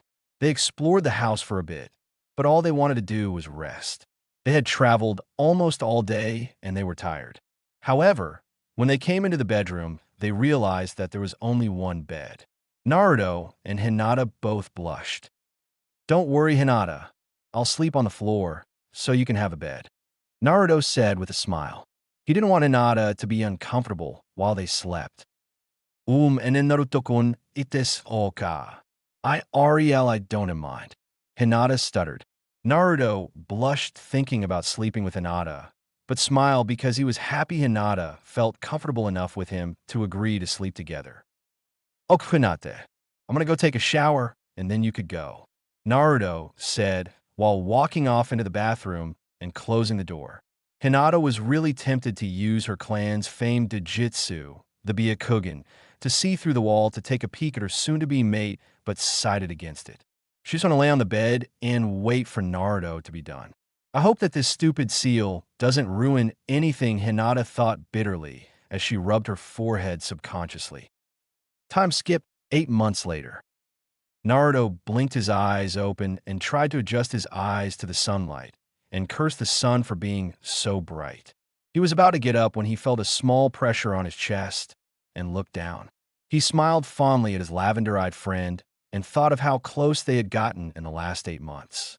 She had also gotten much stronger than she was before, and her physical abilities were at least high Chunin level. Hinata's chakra control was already almost perfect, so she did not need to spend much time on that. She also started to wear the resistance seals Naruto had. Hinata's blushing had gone down considerably and only blushed when he hugged her, and the stuttering was completely gone. She even started to talk back on occasion, but it was Naruto who always instigated the flirting between the two. Naruto still remembered the time that he let 3 little words slip through his lips. He smiled fondly at the memory. Flashback 1 month ago. Naruto and Hinata had set up a picnic after a long day of training, and they were enjoying each other's company immensely. Hinata-chan, I'm really glad you came with me on this training trip, you know? I couldn't ask for anyone better. Naruto said as he took a bite of the cinnamon buns that Hinata had baked. She gave Naruto a huge smile. So, am I Naruto-kun? It may sound bad, but I am actually glad I got kicked out of my clan. My father showed me so much hate that I felt that my life would always be filled with it. But when you gave me the opportunity to leave with you, I thought it was a dream. Sometimes I still do. Hinata said as she whispered that last part. Naruto put his hand under her chin and made her look into his bright blue eyes. She blushed a bit, but looked directly into his beautiful eyes. This is real Hinata, and I wouldn't have it any other way. I love you, Naruto said, but realizing what he said, blushed bright red while Hinata had a completely different reaction. She did blush, but she also lunged at Naruto, tackling him to the floor with a hug and tears flowing down her face. I love you too. I've been waiting to hear those words for a while now, Hinata said, still teary-eyed but with a huge grin on her face. Naruto was shocked but still managed to wrap his arms around her waist. I didn't know. I knew you liked me, but I'm so happy, Hinata-chan, Naruto said with a tear running down his whiskered face. He always wanted to hear those 3 special words from someone, and this was the very first time. Thank you, Hinata, for loving me. Naruto said. She let Naruto up from the ground and sat next to him with a small blush and happy smile on her face. Don't thank me, silly. I'm just glad I found someone like you so early in my life, Hinata said, while Naruto snaked his arm around her waist while she laid her head on his shoulder. They stayed in that position for another 5 minutes before a familiar voice rang through Naruto's head. I know you guys are comfortable and all, but you were supposed to get back to training 20 minutes ago, Kyuubi said in an amused voice. Naruto blushed in embarrassment and looked at Hinata to tell her, when he found that she had fell asleep on his shoulder with her lips slightly parted. Regretfully, he shook her lightly to wake her up, and they both went back to their training for the day. Flashback end. Naruto was about to go back asleep, seeing that Hinata didn't look like she was going to get up anytime soon until he heard Kyuubi's voice. Don't go back to sleep, Naruto. Wake up Hinata and go out to the clearing. I'll tell you why when you get there, Kyuubi said. Naruto groaned, but did what he was told. Time skipped 20 minutes later. Naruto and Hinata both sat in the clearing with an already summoned Kyuubi, listening intently to what their sensei had to say. Now, I want you guys to listen very closely because the things I'm about to say are very important. Today is the day I will turn you two into Hanyas, Kyuubi said with a grin as Naruto and Hinata's eyes widened and grinned along with their sensei. Now I'm going to explain the process, so listen up. First, Naruto is going to have to bite you Hinata hard enough to break into her skin. Naruto and Hinata blushed a bit and tried their hardest to hide the smiles that they had. Once Naruto does this, I will push every ounce of chakra I possess into Naruto's system, which will also enter Hinata's as well. You guys will feel a lot of pain, but only for 2 to 3 seconds before you pass out from shock. When you guys wake up, the changes would have already occurred. Kyuubi finished. Naruto had a huge grin on his face, but Hinata had a small sheepish grin on hers. Kyuubi-sensei, you never told me what the changes will actually be, Hinata said. She knew that whatever they were she would accept them, but she wanted to know beforehand. I almost forgot. Well, your body will change to the way you would look at 18 years old, and you will never age. Your mental age will also be that of an 18-year-old. You will also have some demonic traits like having some bloodlust and being very possessive of your mate. You will have fox ears as well as tails. The amount of tails you have depends on how much yuki your body holds.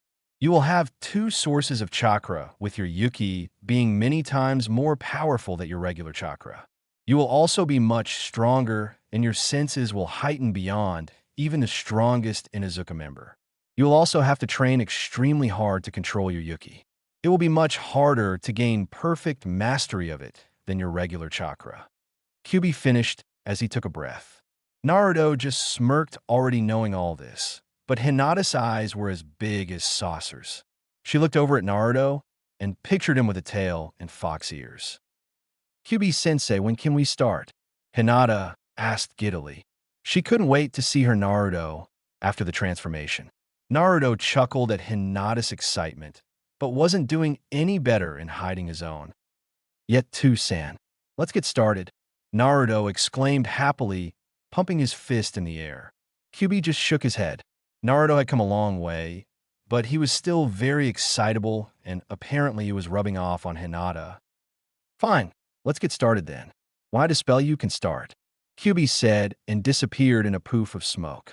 Naruto and Hinata got up and looked at each other with a small blush. They hadn't even kissed yet, so they were both pretty shy about it. You ready? Naruto said. Hinata just nodded meekly and closed the gap between them. Naruto took her into his arms and took a deep breath before plunging his canines into Hinata's neck. She gasped as she felt a bit of pain, but mostly pleasure from the act. That was all soon forgotten when Kyuubi started to pump his chakra into the two. The two felt like every single cell in their body was on fire. Hinata let out a silent scream while Naruto bit harder into Hinata's neck, not able to let go of her neck. The pain was almost becoming too much to bear until suddenly the pain stopped and all they saw was black. Chapter 6, Real Training. Naruto was the first to start waking up from his transformation, but as his eyes were adjusting to the light of the sun, he heard some shuffling next to him. He turned his head, and his eyes widened, seeing the beautiful vixen that laid next to him. Hinata had started to wake up, and as soon as she opened her eyes, they met an unfamiliar but beautiful shade of amethyst eyes. Naruto's new eyes met Hinata's new, very dark purple eyes. They both had small slits that looked a lot like Kurama's own. Their eyes widened when they saw what each other looked like. Hinata thought that Naruto looked like a kami among men. He seemed to be in his late teens, and oddly enough looked like a carbon copy of the fourth Hokage, except for a few changes. His hair was its usual long, spiky yellow with streaks of red. His eyes turned from bright blue to a beautiful light purple, and his whisker marks seemed much more defined. He was about 5 feet 11 inches, and his body was very muscular, but looked like it was built for speed as well as power. However, the biggest change definitely were the 5 blonde tails with red tips that seemed to dance wildly behind him. He also had 2 small fox ears poking out of his blonde hair that matched his tails. Hinata looked like a goddess or a beautiful princess in Naruto's opinion. She looked to be the same age as Naruto, with long flowing purple hair that was a bit lighter than before with lavender highlights.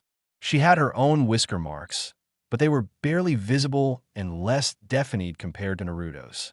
She was about 4 inches shorter than Naruto, and her body looked elegant, flexible, and strong at the same time with her bust eyes that increased to a firm D cup. Hinata also had 4 lavender tails with dark purple tips that moved aimlessly behind her, and had fox ears that matched the color of her tails. The big difference between her and Naruto was the fox paw mate mark that Hinata had on her neck. The two stared into each other's eyes for what seemed like hours before the two dashed towards each other and embraced one another. Naruto pulled back a bit and looked into Hinata's slit eyes. "You look beautiful, Hinata-Heim," Naruto said. His voice sounded deeper and animalistic. Hinata smiled warmly at her mate and whispered into his ear. "You look rather handsome yourself," Naruto Koi Hinata said. Naruto was surprised to hear Hinata flirting with him, but that's when he noticed her forehead. The seal she had was completely gone. "Hinata-chan, your seal. It's gone," Naruto said happily. Hinata gasped and put her hand to her forehead. She squealed in delight and embraced Naruto even harder. "I'm free," Hinata thought with a big grin on her face. "This is rather touching, and I'm glad that the mate mark completely destroys any other seal put on the body. But can you guys put on some new clothes so that you can start training? We only have a little over 2 years to make you guys as powerful as possible. I will also need to teach you a special kitsune hinge that would hide your tails and fox ears," Kyuubi said. He was shocked that they both didn't notice their clothing was ripped and stretched from the sudden growth spurt and doing little to hide each other's bodies. Naruto and Hinata blushed a bit as they looked down at their significant other. Hinata was just about to dash back to the small house to change with Naruto when her eyes widened. "Kyuubi, how can I hear you?" Hinata thought, happy that she could finally communicate with her sensei without being summoned. "I suppose it's the mate mark that's on your neck. Through that mark, you could feel each other's emotions no matter how far they are. So I suppose that includes communicating with me," Kyuubi explained. Both his students smiled and went to go change and came back into the clearing to summon Kyuubi. "Now that you're both Hanyu, your training will be a lot more intense, and I will actually start to train your elemental affinities as well as how to control your Yuki," Kyuubi said. Naruto and Hinata grinned at finally being able to start their real training. "First, we'll test your elemental affinities," Kurama said as he pulled 2 chakra papers out of nowhere.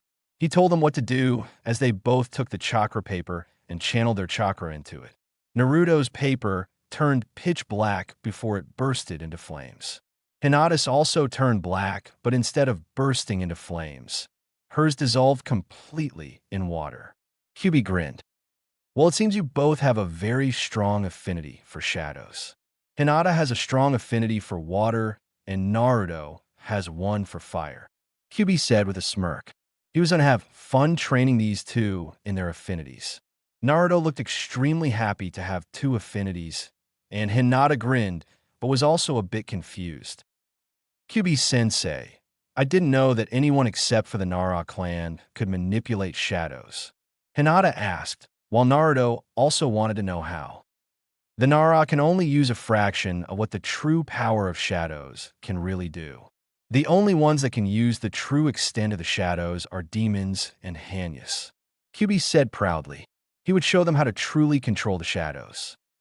Now, we're going to start with your shadow training exercise by channeling your chakra into your shadow to make it move. Kyuubi said, and his two students began to train their shadow manipulation with intensity. Time skipped 2 weeks later. Naruto and Hinata were side by side, sitting under the shade of a tree with their eyes closed in meditation.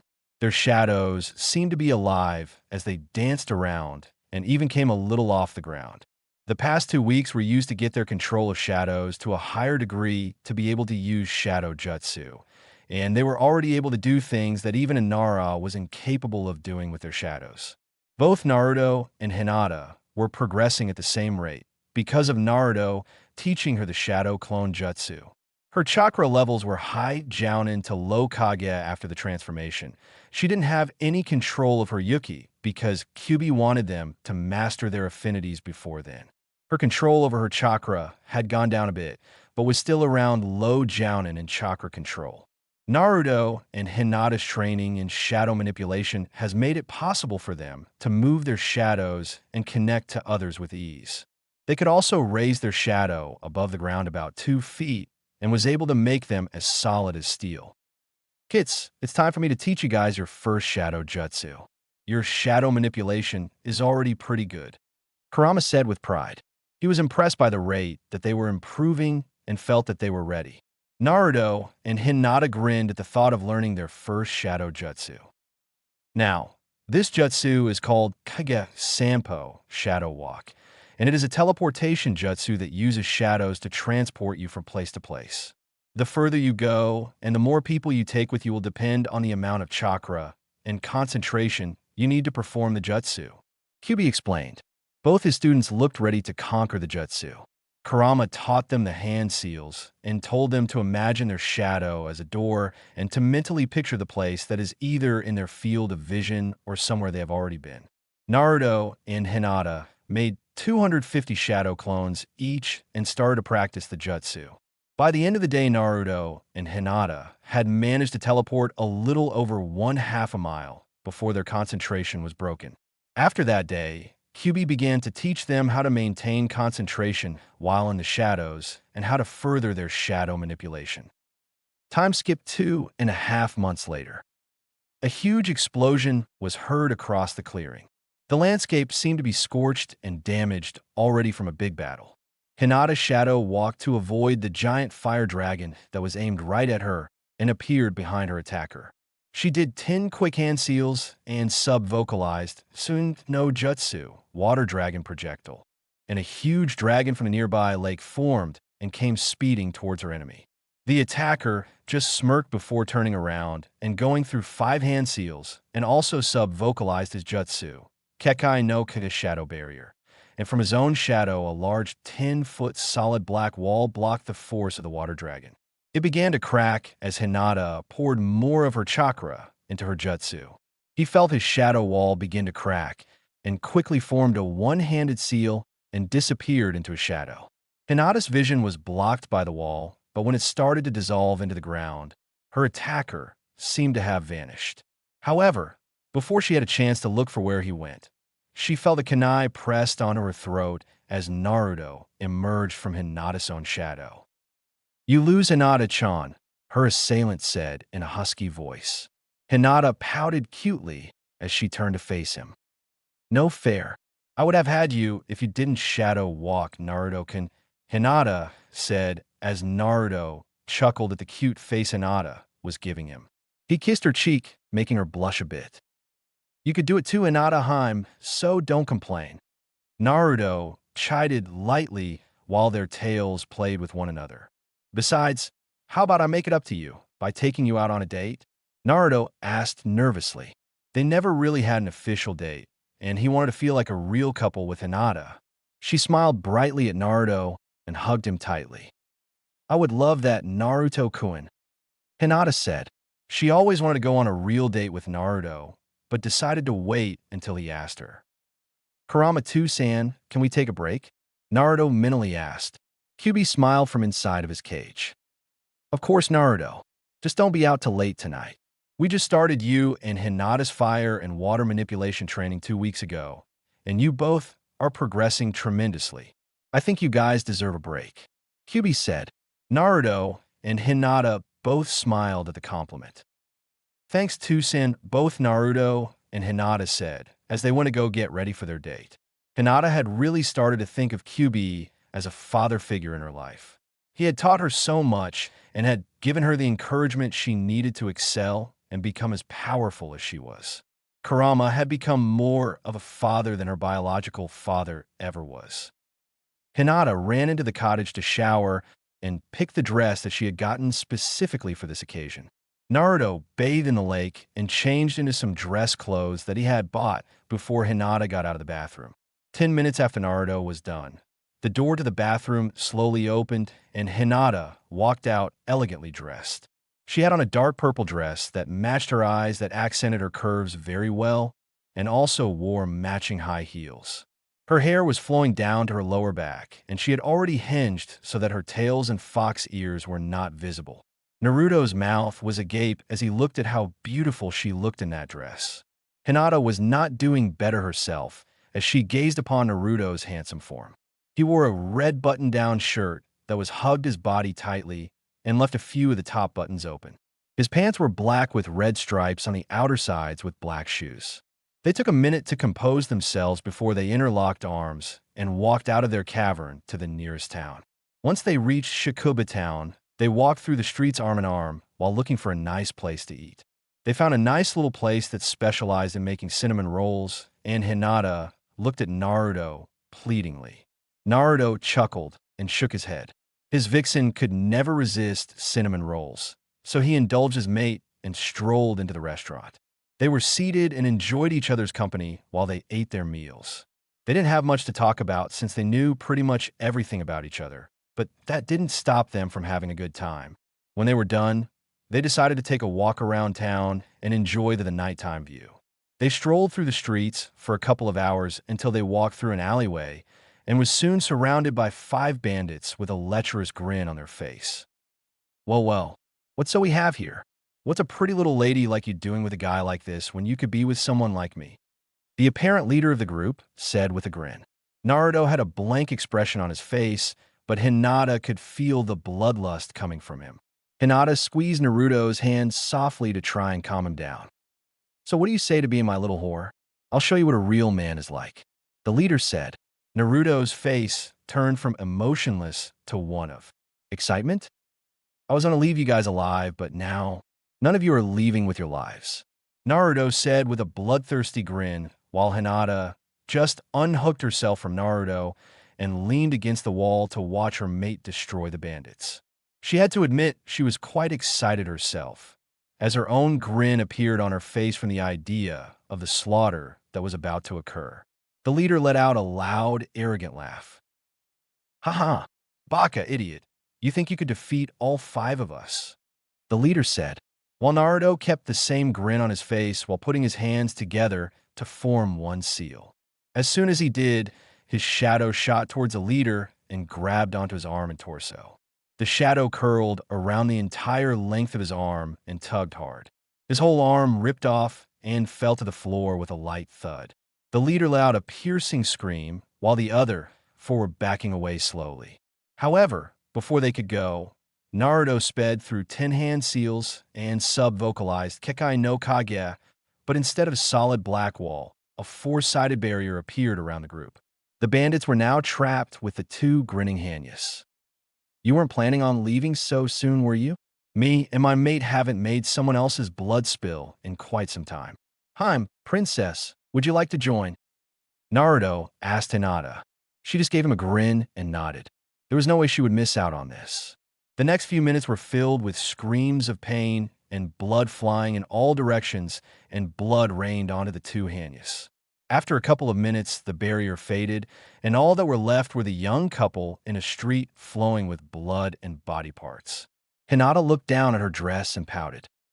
Now I have to get all this blood out of my dress, Hinata said frustratingly, but still couldn't manage to hide the excitement of all the blood.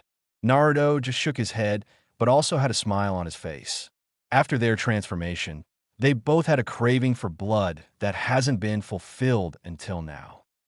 Well, that was a fun way to end the night. Are you satisfied now, my beautiful vixen? Naruto said as he swiftly made his way to Hinata. She turned to look him in the eyes and smiled. Yeah, these bandits actually made this date perfect, Hinata said with a smirk. This was their first kill, but didn't seem to be affected by it at all. They both just chalked it up to being a demon thing. Hinata leaned in to give Naruto a kiss on the cheek, but was surprised when Naruto turned his face and smashed his lips onto Hinata's. Her eyes widened at the sudden warmth on her lips, but slowly started to kiss him back. They made out for a few minutes before they had to stop to breath. They pulled apart and smiled brightly at each other, while Hinata let out a content sigh and laid her head on Naruto's chest. Now this date is definitely perfect, Hinata said while Naruto chuckled. The date didn't go as planned, but it was much better than what he had hoped for. They didn't feel like walking around town anymore, so they decided to shadow walk back to their home. They both showered and went to bed, cuddling close to each other before falling asleep peacefully to the constant rhythm of their heartbeats and warmth of their bodies. Chapter 7 Training Ends and Goodbyes. Time skip 1 year later. Naruto and Hinata were both sitting in a lotus position on top of a black cylinder-shaped pillar that was about 25 feet in the air. The strange thing about the pillar was that it was completely made of shadows. Naruto's eyes were closed, and dancing around him were scorching hot flames that seemed to not bother him at all. Hinata also had her eyes closed in meditation, but water particles were forming out of thin air and swirling around her instead of fire. They had progressed in their respective affinities tremendously. Naruto's fire manipulation increased to such a degree that he was immune to fire. He did not have many jutsu for his fire element, but the ones he knew were able to be performed with the hand seal for fire. Hinata's water affinity was close to Tobirama Senju's. She was able to create water from air, but that took a bit more chakra than if she had a water source nearby. She also found out that the transformation completely got rid of the bulging veins around her eyes when she activated her Byakugan. She could also see much clearer and much further than before. Their shadow manipulation had far surpassed the Nara clan and was to such a degree that their shadows became semi-sentient. It was like they both had an automatic defense that didn't allow them to be harmed. The defense could only defend against attacks below C ranked without cracking, but it was getting stronger every day. Their taijutsu was also at least low Kage level because of the physical power and speed they had. They also both made their own style. Hinata called hers Flowing Fist because of her use of water in conjunction with her taijutsu. Naruto called his style Shadow Fist because he incorporated the use of shadows in his. He also started to wear weights in addition to his level 10 resistance seal. Hinata had just increased her resistance level to 7. Kyuubi was watching his kids training and was quite satisfied with their progression in elemental affinities. They both were considered masters in their respective affinities thanks to the shadow clone training. Hey kids, that's enough for now. You both have really progressed well in your elemental affinities. Now, I'm going to teach you guys how to control your Yuki. Your Yuki will grow the more you use it, just like your chakra, but at a much slower pace. Kyuubi said. The two students nodded with a smile. When you use your Yuki to execute jutsu or increase your speed and power, it will be much more powerful than if you used your regular chakra. Kyuubi explained before teaching the two how to access their Yuki and channel it properly. Once Naruto was able to access his Yuki, he channeled chakra to his legs and ran to the end of the clearing, but the results were a lot different from what he expected. Hinata's eyes widened when she saw Naruto disappear in a flash of yellow and red and appeared next to the tree. She didn't even see him move. Naruto, how did you do that? Hinata asked. It almost looked like Naruto used the fourth's infamous jutsu, Hiraishin, Flying Thunder God technique. Naruto looked around confused. His legs felt like they were on fire from the extreme speed. He was also pretty disoriented from the fast movement, but didn't quite understand how he got there so fast. Kyuubi decided to enlighten them both. Naruto, you have barely any control of your Yuki. You channeled so much of it that you moved at the speed of light. It is somewhat like the fourth jutsu, but it is not teleportation, just high-speed movement that leaves behind the yellow and red because of your hair color. Looks like you created your first jutsu using Yuki. Congratulations, Kit. Kyuubi said. Naruto's eyes widened at Kurama's explanation, but was replaced with a large grin. Great. I think I'll call it Flash Step, Naruto said with pride, as Hinata looked at her mate with admiration. Can you teach me how to do that, Foxy-kun? Hinata asked giddily. She loved learning new jutsu almost as much as Naruto. Sure, Haim. As soon as I figure out how I did it, Naruto said with a sheepish grin as he rubbed the back of his head. Hinata just sweat dropped while Kurama shook his head. Naruto could be a bit clueless at times. Okay, Naruto, you could teach her after you get better control of your Yuki. For now, I want you guys to do the leaf floating exercise, but instead of a leaf, I want you to use a fist-sized rock. Kyuubi said. Naruto and Hinata nodded and started the exercise to gain better control of their massive Yuki reserves. The two spent a whole week with an army of shadow clones training in the exercise, but only managed to make the rock float 7 feet in the air instead of 8. The two were growing increasingly frustrated when Kurama decided to give them some advice. Calm down, you two. I already told you. Training your Yuki will be much harder than controlling your chakra. Try to keep calm while manipulating your Yuki. It's like a raging maelstrom in your body, and if you're angry or frustrated, it becomes even harder to control. So relax and keep trying. You won't be anywhere near mastery over your Yuki after this training trip, so don't overdo it. Kyuubi stated. Both of them looked a bit saddened, not because of their training, but because they were reminded that they only had a year left with each other before they had to return. Tusan, do we have to go back? Can't we extend the training trip? Naruto asked while Hinata nodded her head in agreement. Kyuubi sighed. Listen, kits. I promised the Hokage I would bring you guys back, and I can't break a promise. We have a whole year to train your Yuki. Plus, don't you guys want to see the friends you have? Kyuubi asked. Naruto thought of his Gigi and the ramen shop owners, while Hinata thought of her little sister and a chunnin named Kurinai Yuhi that had befriended her before she left. All right, Tusan, we'll go back.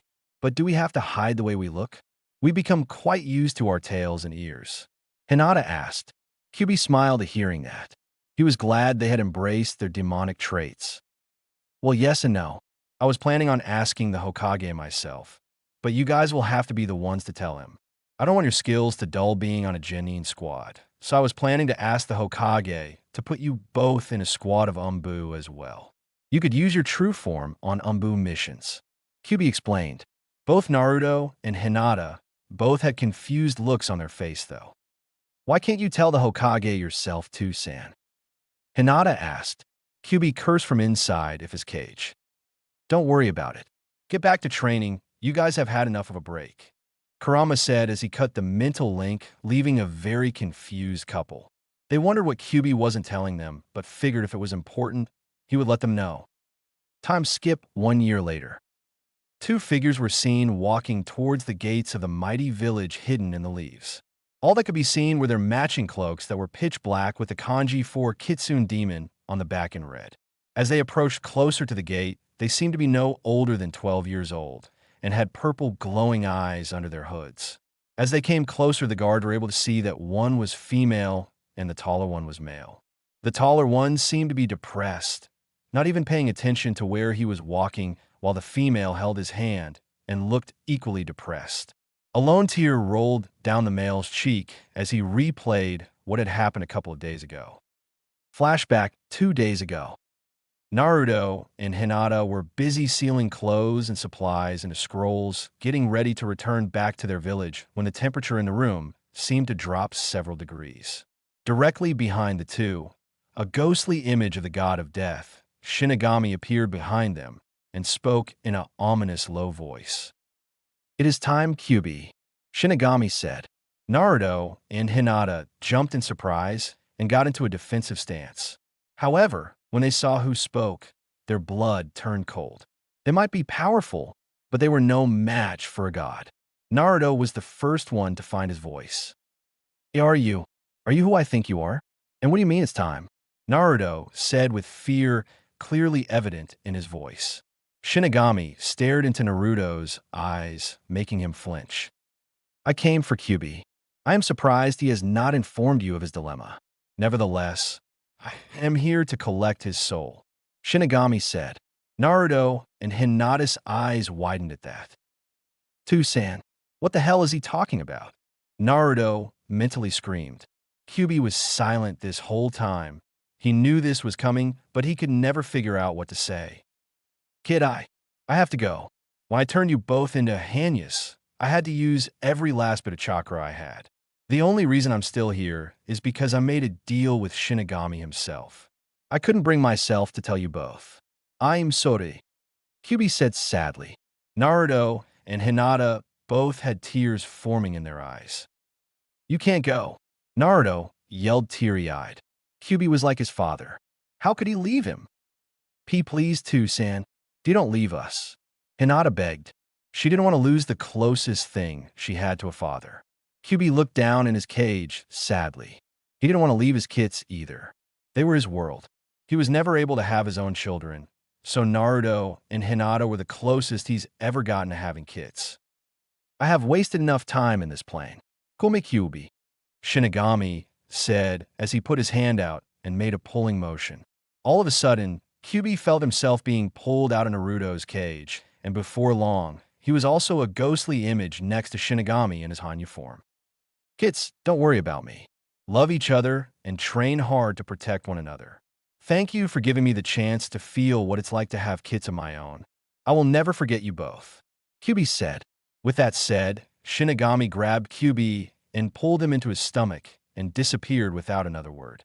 Naruto dropped to his knees and started to cry for the first time in years as Hinata kneeled next to him and wrapped her arms around her beloved to try to comfort him, tears rolling down her face as well.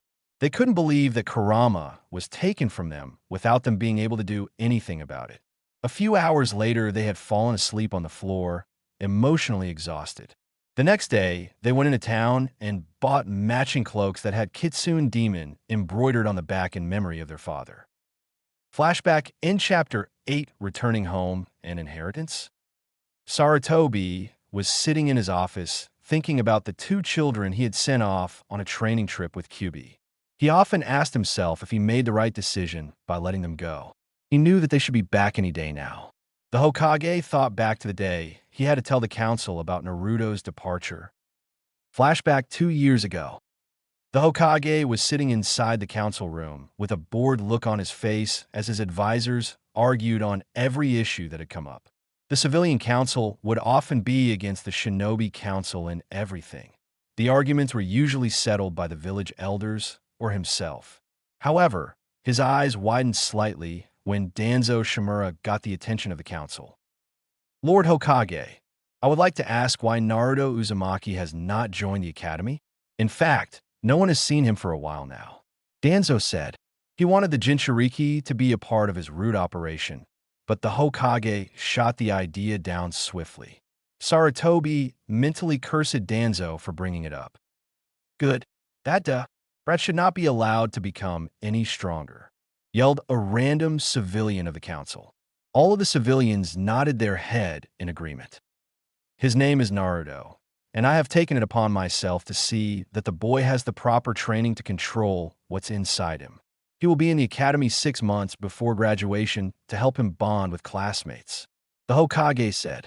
The civilian side of the council was in an uproar, demanding that they killed him before he got too powerful and killed them all. Sarutobi patiently waited for the room to quiet down as Danzo narrowed his eyes at his old friend. "I asked for the boy to be trained by me. Who could possibly be qualified enough to train him better than I?" Danzo asked through gritted teeth. He was angry he couldn't have the boy as a weapon. He's being trained by someone far more capable than you, Danzo, and I will not say anything more on the subject. The Hokage said with finality. Danzo's eyes narrowed further in suspicion, but remained silent while the civilian council was plotting a way to kill the demon. Now, if there is nothing else, this meeting is adjourned. Sarutobi said with a tired voice. He was really getting too old for this shit. Flashback end. The Hokage was brought out of his musing when someone knocked on the door. Enter, he said. The door opened, and his secretary came in with a fearful look on her face. Hokage-sama, there are 2 children here claiming to have business with you. The clearly scared secretary said. The Hokage raised an eyebrow. What's wrong, Emi-chan? The Hokage said. He could see the fear in her eyes. The demon is back, Hokage-sama. Emi said. As soon as she said those words, she felt the tip of a kunai pressing against her neck. The Hokage's eyes widened as 2 figures seemed to materialize behind her without him even sensing them. Gigi, doesn't the law state that anyone who speaks about the demon of Konoha will be severely punished? Asked Naruto in an emotionless voice. Sarutobi's eyes widened at hearing the voice. This can't be Naruto. Is that you, Naruto? The Hokage asked, not believing what was in front of him. Naruto and Hinata both pulled down their hoods to reveal their purple slit eyes. Yeah, it's me, old man, Naruto said in a low voice. The Hokage was just about to ask what happened to them both, but Naruto interrupted. Before we talk, can I kill this lady? Naruto asked. The Hokage's eyes widened at hearing that. Not because of what he said, but because he sounded eager? No, Naruto. She will be sent to Ibiki for her punishment. Umbu, the Hokage yelled. 3 Umbu members appeared almost instantly. Take her to Ibiki and tell him to use his new assistant for this one. The Hokage said in an authoritative voice. Naruto reluctantly put away his kunai, and the Umbu shined out of the Hokage's office with the prisoner. Sarutobi looked at his grandson with a sad expression. What happened to you, Naruto? The Hokage thought. I know you're probably wondering what happened, Gigi. I'll tell you everything, but first, have you sent everyone out of the room? Naruto asked in a calm voice. The Hokage nodded his head yes. Naruto disappeared in a flash of yellow and red and appeared in the corner of the room and kicked the intruder towards the wall as Hinata flung 2 kunai towards him at blistering speed. The kunai caught the intruder in midair with precision accuracy. 1 kunai impaled each of his hands into the wall, making the man scream out in pain. The man wore the usual Umbu attire, but wore a blank face mask that covered his face. Naruto Kami walked over to Hinata and sat with her on the couch opposite of the wall. Throughout the ordeal, the Hokage was left stunned beyond belief at seeing the 4th jutsu again. He made a note to definitely ask Naruto how he learned it. It seems you have a spy, Hokage-sama. You're getting careless, Hinata said nonchalantly. The Hokage was yet again stunned at Hinata's tone. She didn't seem like the gentle soul she was when she left. So it seems, the Hokage mumbled. Naruto shook his head before a grin appeared on his face. I'm gonna have to kill him, Gigi. I don't want anyone to know what I can do yet. Besides, I'll be helping you get rid of a pest. And by the look you had on your face when you saw him, you already know who he is. Naruto stated. Sarutobi was lost for words at the moment. It was true that he knew who had sent the spy, and he was planning on killing the guy for spying anyway. But why was Naruto still so eager to kill? I will allow it if you answer me one question. Why does it seem like you're so eager to kill? The Hokage asked, slightly scared of the answer he would receive. Naruto looked at Hinata, who had the same grin he had, and nodded. He looked back over to his grandfather with a bloodthirsty grin. Because I'm a demon, Naruto said as he shot forward. Hinata ran through a few hand seals quickly and put up a silencing barrier around the room, so no one could hear the screaming before joining her mate. She knew Naruto just wanted to let out some of his frustration and rage after Kyuubi's death, and so did she. The Hokage was paralyzed in shock as he watched the 2 brutally kill the spy as he yelled and screamed in agony. When they were done, Naruto had a satisfied look on his face along with Hinata. They felt much better now, even with the blood dripping down their clothes. I'm surprised you're not complaining about your clothes again, Hinata-chan. Naruto joked as he gave her a chaste kiss on the lips that Hinata eagerly returned. I thought of a way to solve that, Hinata said happily as water started to form all around her, washing away the blood. She then channeled her Yuki throughout her entire body and watched as the water started to evaporate. Naruto gave Hinata a big smile. You're not the only one with a high elemental affinity, Heim, Naruto said as fire started to circle him. The fire did not seem to be burning the clothes, but the blood started to boil and sizzle away, leaving a crisp and clean pair of hands. Throughout their interaction, the Hokage had not moved 1 inch. He had his mouth wide open and his eyes were almost out of his head. Kyuubi told me they would be powerful, but this is ridiculous, the Hokage thought. If you guys are done, I would like to know everything that happened while you were away and why you two have changed so much, the Hokage said, trying to sound as authoritative as possible. Their smiles turned into frowns before they took a seat and explained everything that had happened to them, including their transformation and everything that it entailed. They also told him about the death of the Kyuubi. The Hokage knew what Kyuubi meant to Naruto, so he felt a bit saddened, even if the Kyuubi was the one who attacked their home. I'm truly sorry for your loss. I know he must have meant a great deal to you both, Sarutobi said. The two nodded and wiped the tears from their face. It's okay, Gigi. I still have Hinata-chan with me. She's all I need to be happy, Naruto said as he put his arm around his beautiful vixen. She smiled warmly at him and rested her head on his shoulders. The Hokage smiled at the affectionate gesture. Now, you said that you guys are under a hinge transformation. What do you guys really look like? Sarutobi asked curiously. The two grinned and dropped their special hinge. A cloud of smoke appeared around the two and covered them until the smoke slowly started to clear. The Hokage was yet again stunned at how they looked. Naruto and Hinata stood there in their 18-year-old Hanyu forms with a smile on their face. What do you think, Gigi? Naruto asked with a much deeper and feral voice. The Hokage stood there in shock before he shook his head and sighed heavily. What was he going to do with these two? You two might give me a heart attack before I die of old age if you keep surprising me like this, said the Hokage. Naruto gave him a sheepish grin and rubbed the back of his head. Sorry, old man, Naruto said sheepishly. By the way, before Kyuubi died, he told us to tell you to put us in Umbu as well as on a Genin team. We can use our hinge for our Genin squad, and we could use our true form as Umbu. We are pretty intimidating in our Hanyu forms, Naruto said with a chuckle. He remembered the first time he fought an enemy in his Hanyu form. The bandit had tried to run away, screaming demon. It didn't end well for him.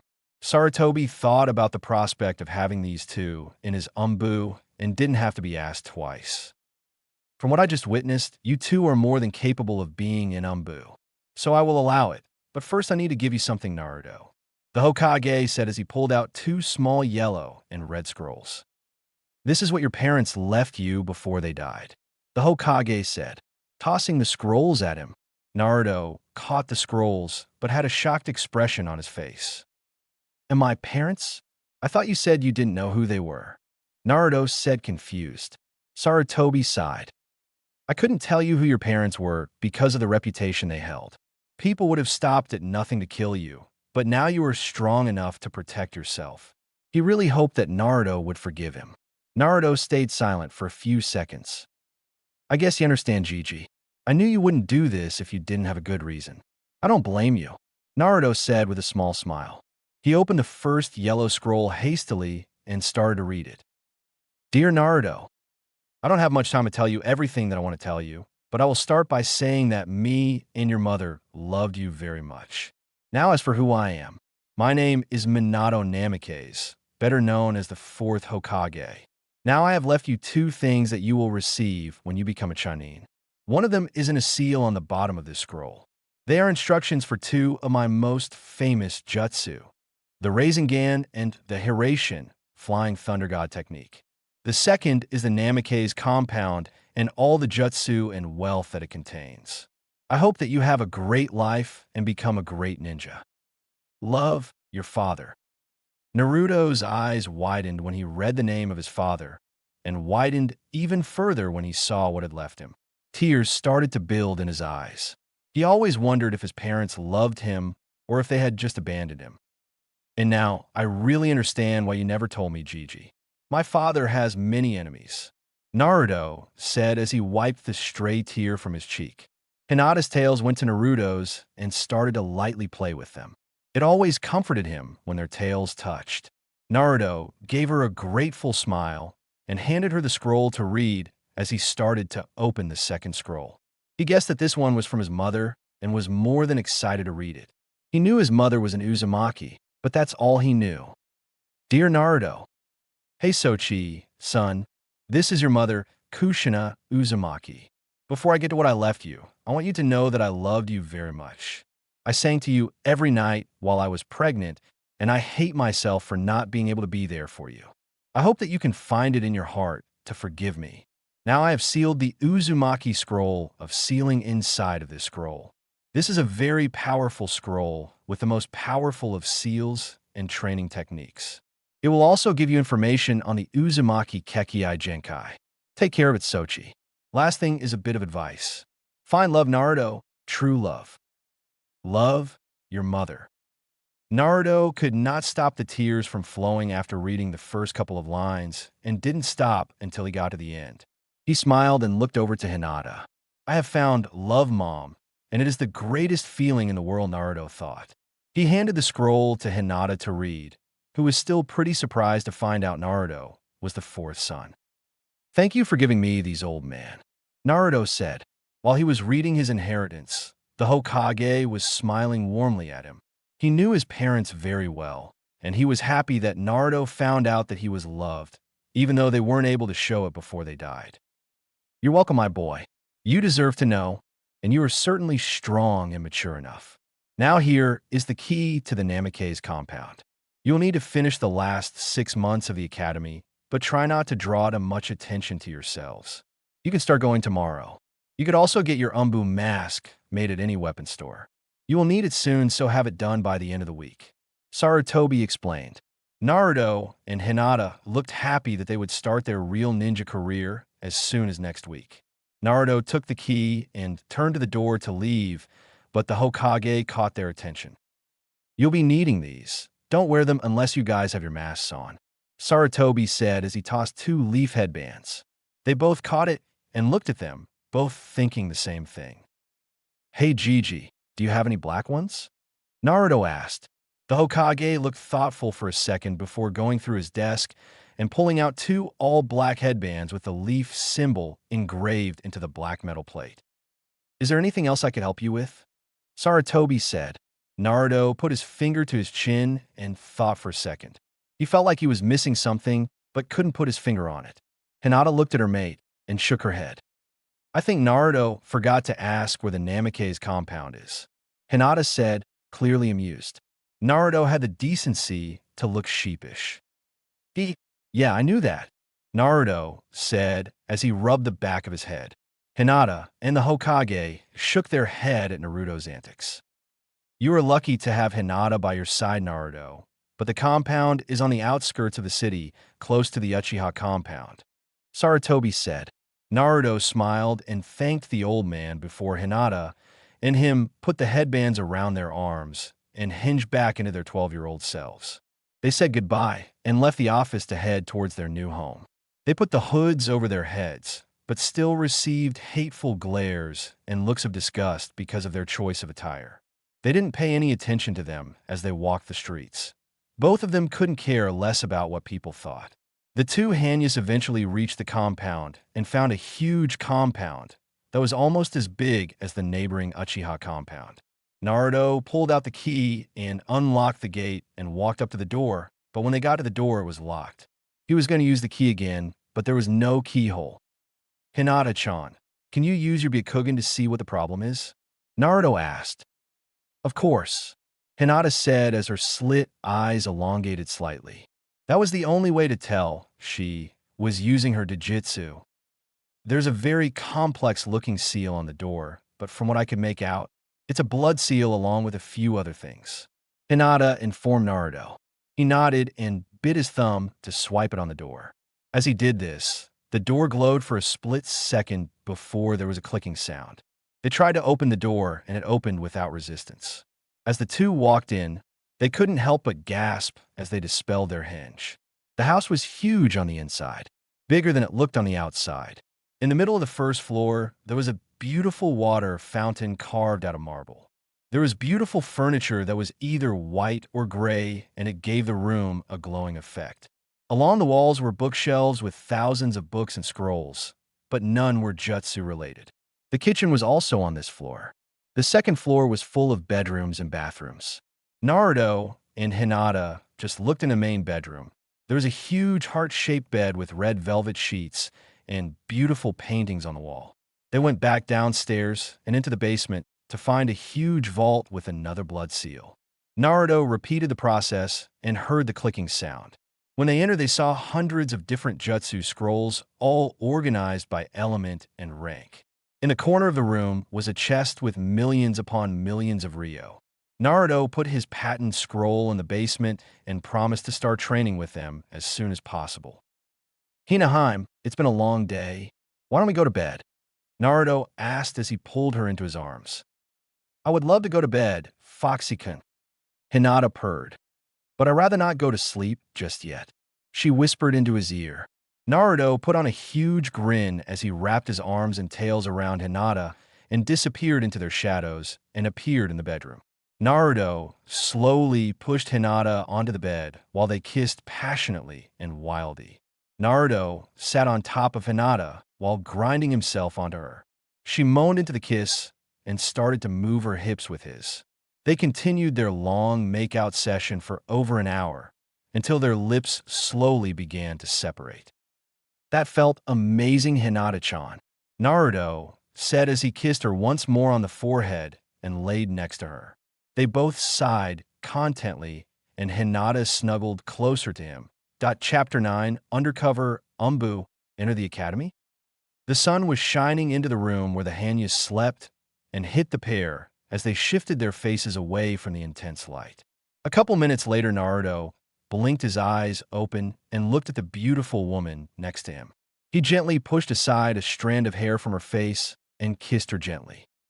Wake up, beautiful, Naruto whispered. Hinata stirred, but didn't wake up. Naruto put on a mischievous grin as he slowly started to kiss Hinata's neck and jawline. She moaned at the new sensation she was feeling, and her eyes fluttered open. When she saw what was happening, she smiled. You couldn't wait till I was awake, Foxy-kun? Hinata asked in a sultry voice. Naruto responded by licking her neck where her mate Mark was as Hinata gasped at the sudden pleasure. I couldn't resist, Naruto said. He looked in her eyes and smiled. But now, we have to get ready to go to the academy, he said as he jumped off her and headed to the bathroom, leaving his disappointed vixen pouting cutely. She sat up in bed and started to do her morning rituals. Naruto made a shadow clone to make breakfast, and 30 minutes later, they were both sitting at the dinner table talking about what the future will bring. While in their Hanyu form, they both wore the Umbu uniform, but theirs was all black.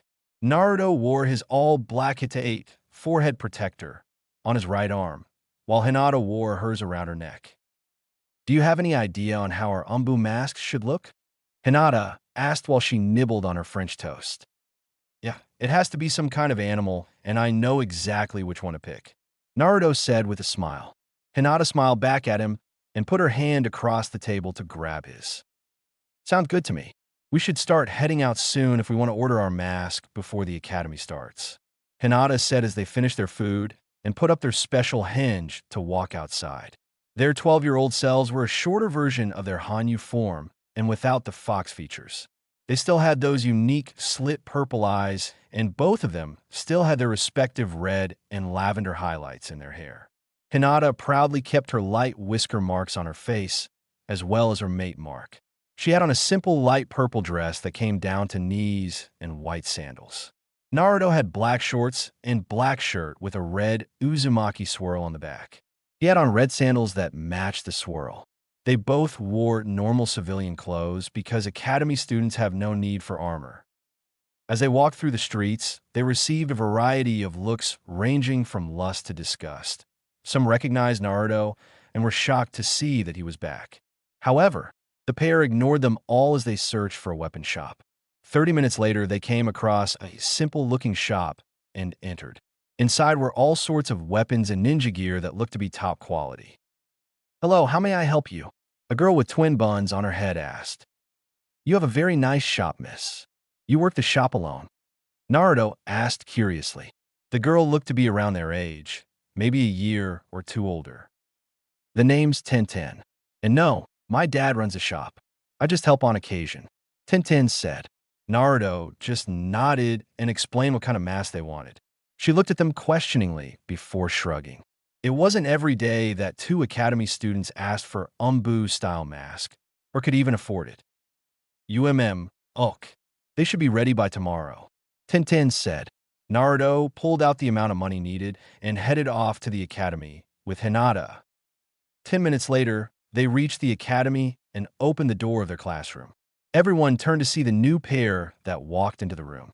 Some girls had hearts in their eyes as they looked at Naruto's handsome figure. The guys openly gawked at Hinata's beautiful and well-developed body. The pair gave off a feral and commanding presence.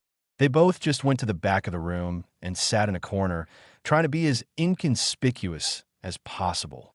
Naruto and Hinata observed the class as the initial shock of the two new students wore off. The first person to catch their eye was Sasuke Uchiha, sole survivor of the Uchiha massacre. He seemed to be brooding, but Naruto caught him stealing glances at Hinata. He would be sure to put a stop to that soon enough. Then there was a pretty chubby kid that seemed to be eating out of an endless bag of chips. He was definitely an Akimichi, judging by his size and food intake. Next was a silent boy, with black sunglasses covering his eyes. He did not seem to be showing any emotions, but judging by the buzzing coming from him, he was an Aburame. There was also a boy who was fast asleep with his head on the desk. His demeanor screamed lazy, so Naruto concluded that he must be a Nara. The last student that caught Naruto's attention was a kid with a dog sleeping on his head, so Naruto assumed he was an Inuzuka. The reason he caught Naruto's attention was because he was openly gawking at his mate. Just before he was about to say something at the dog boy, two students came crashing through the classroom door screaming. "I got here first, Ino Pig," screamed a pink-haired girl. "You wish billboard head," yelled the light blood-haired girl. Naruto and Hinata flinched at the volume of their voice. They were wondering if the girls were using some sort of jutsu to be that loud. The two girls continued to bicker about who would sit next to their Sasuke-kun until two instructors walked into the room. "Settle down," Iruka yelled, using yet another weird jutsu that expanded his head 5x its size. The class quickly settled down and sat somewhat attentively. "Good. Now my name is Iruka Yumino, and this here is my assistant Mizuki," Iruka said, as Mizuki scowled at the assistant comment just slightly. Naruto and Hinata were the only ones to notice. "The reason I'm telling you this is because we have two new students in the class. Why don't I let them introduce themselves?" Iruka said as he gestured for the pair to come to the front of the class. Mizuki openly scowled at Naruto, but he ignored it. They both stood calmly and walked gracefully to the front of the room. "My name is Naruto Uzumaki, and if you guys keep staring at my mate, I will kill you," Naruto said with a blank expression on his face as he saturated the room with only a fraction of his Ki. Everyone in the room was frozen in fear as they felt the killing intent coming off of Naruto.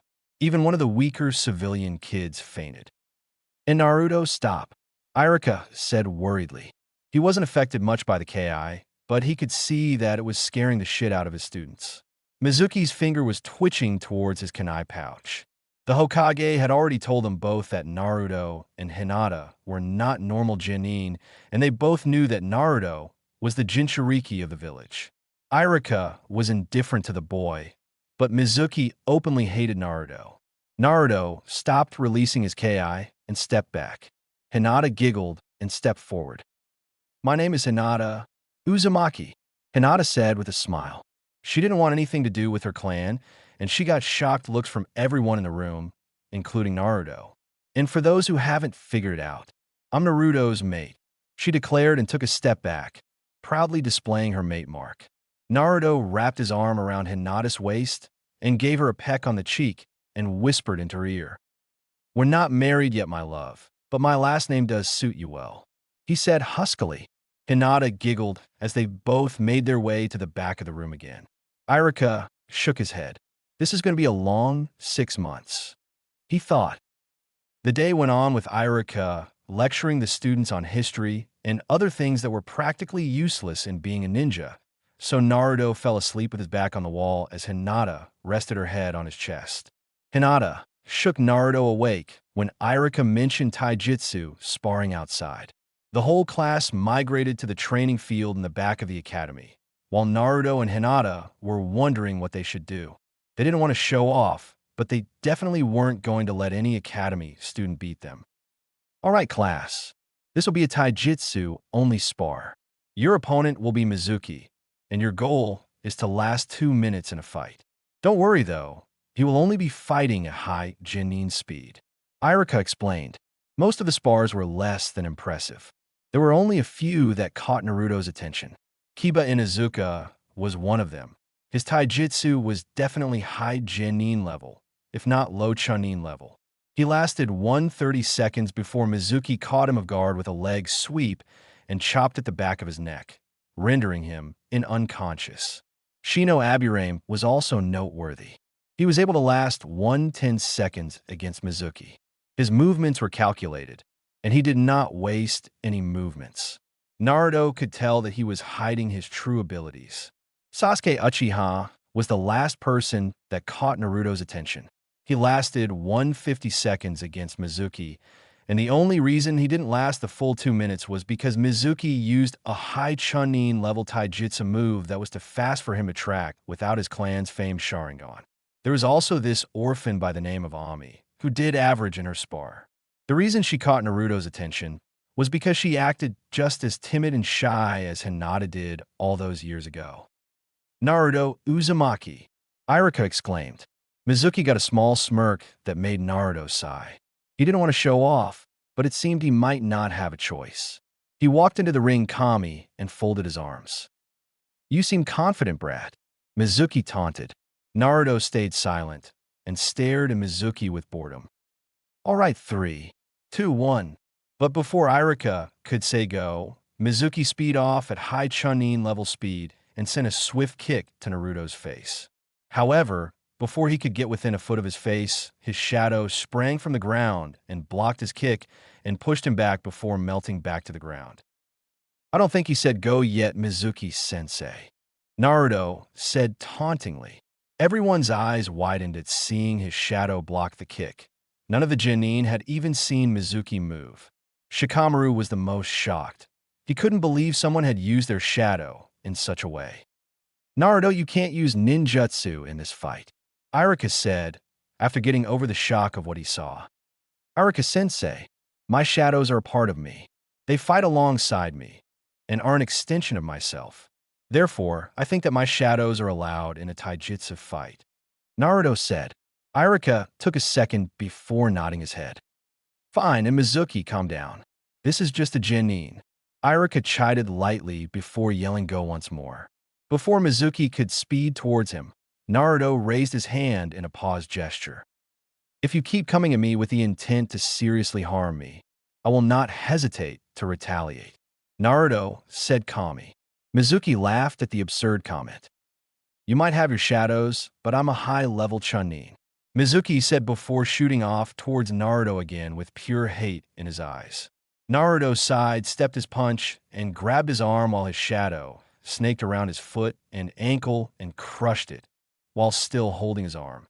Mizuki screamed in pain as Naruto twisted his arm, breaking his elbow and dislocating his shoulder. The encounter did not even last 2 seconds. Naruto let go as Mizuki dropped to the floor hollering in pain. The whole class gawked at Naruto's brutal performance. Hinata just shook her head and try to hide the smile on their face. So much for not showing off, Hinata thought. Irika stood there in shock for a full minute before he actually told two of the students who had already fought to take Mizuki to the hospital. Naruto, I know he was going a bit hard on you, but you didn't have to hurt him that badly. Irika said seriously. Naruto just shrugged. You should have seen the hate in his eyes. He probably would have killed me if he had the chance. I'm not going to take any chances with maniacs like him. Naruto said nonchalantly. Irika sighed. He knew Mizuki hated Naruto, but he knew Naruto could have handled it better. All right, well, Hinata is the last person to go, Irika said as he gestured for Hinata to come into the ring. Hinata gracefully strolled to the center of the ring and stood patiently. Irika counted down to 1 and said go. He came in at height Genin level speeds, but Hinata just moved slightly to avoid the incoming blows. 130 seconds passed of Irika constantly punching and kicking at Hinata at Genin level taijutsu. She was gracefully dancing around his attacks, as if they were nothing. Irika was curious to see if she was as powerful as Naruto and decided to speed up to mid-Chunin level and send a punch to her face. Hinata had not expected the sudden increase after 150 seconds of constant speed and wasn't able to move enough to dodge it. However, instead of the fist hitting her face, her shadow shot up quickly to intercept the punch and melted back down. Irika was about to continue, even though he was shocked to see Hinata use shadows when the alarm sounded for the 2-minute mark. The whole class was also stunned that Hinata could manipulate her shadow, but no one was more stunned than Shikamaru.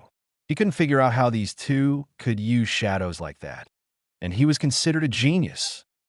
Good job, Hinata. You lasted the full 2 minutes, Irika said with a smile before they went inside. Sasuke was seething on the inside. How could 2 new academy students do better than him in taijutsu? He planned to confront the 2 later. The class continued the same as before until the lecturing stopped and the bell sounded, signaling the end of class. As the pair were walking out of the door, they were interrupted by a serious-looking Shikamaru.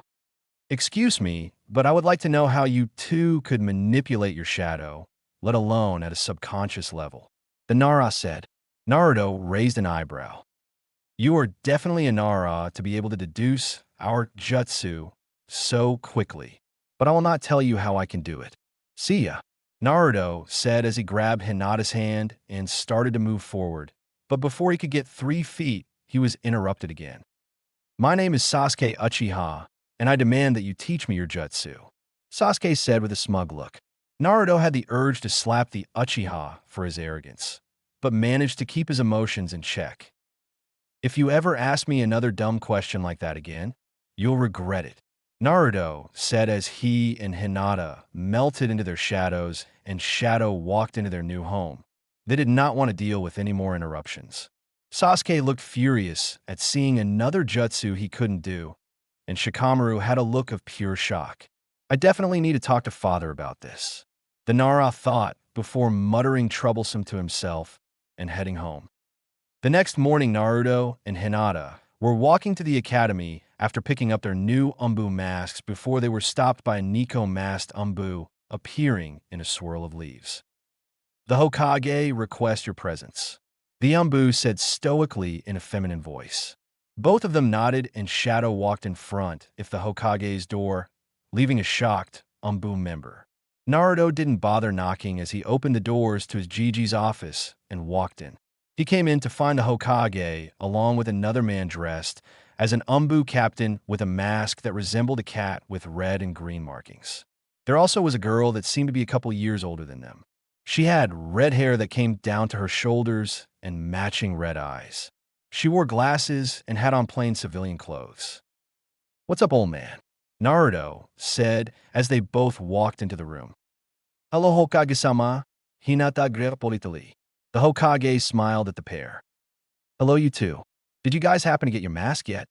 The Hokage asked. The two nodded with a grin. Good, for now on, this will be your Umbu team as well as your Genin squad.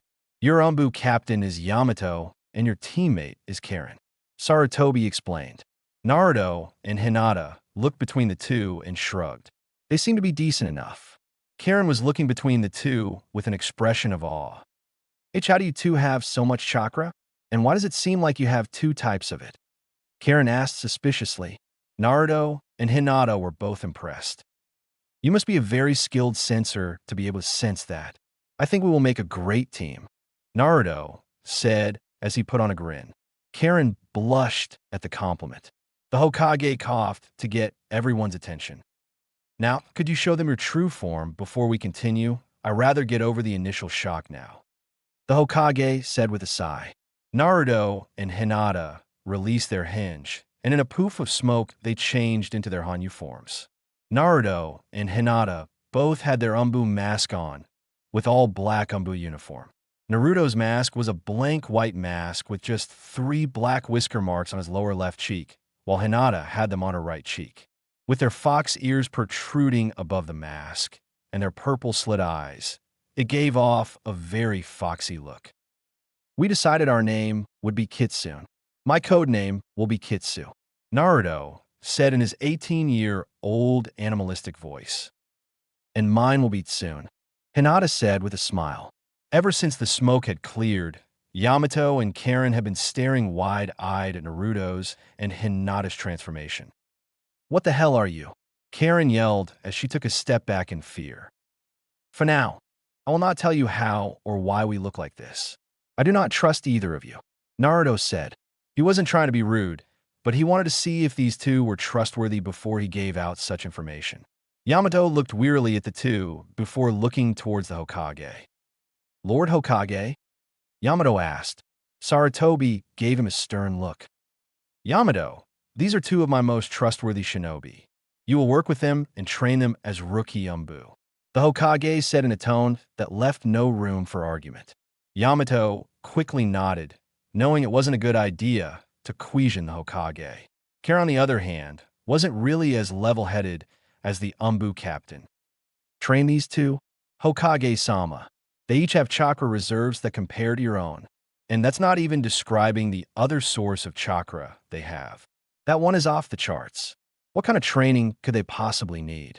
Karen practically yelled. Naruto and Hinata both had an amused expression on their face while the Hokage sighed. Now, Karen, just because they have Kage-level chakra reserves doesn't mean they don't need training, Sarutobi said sagely.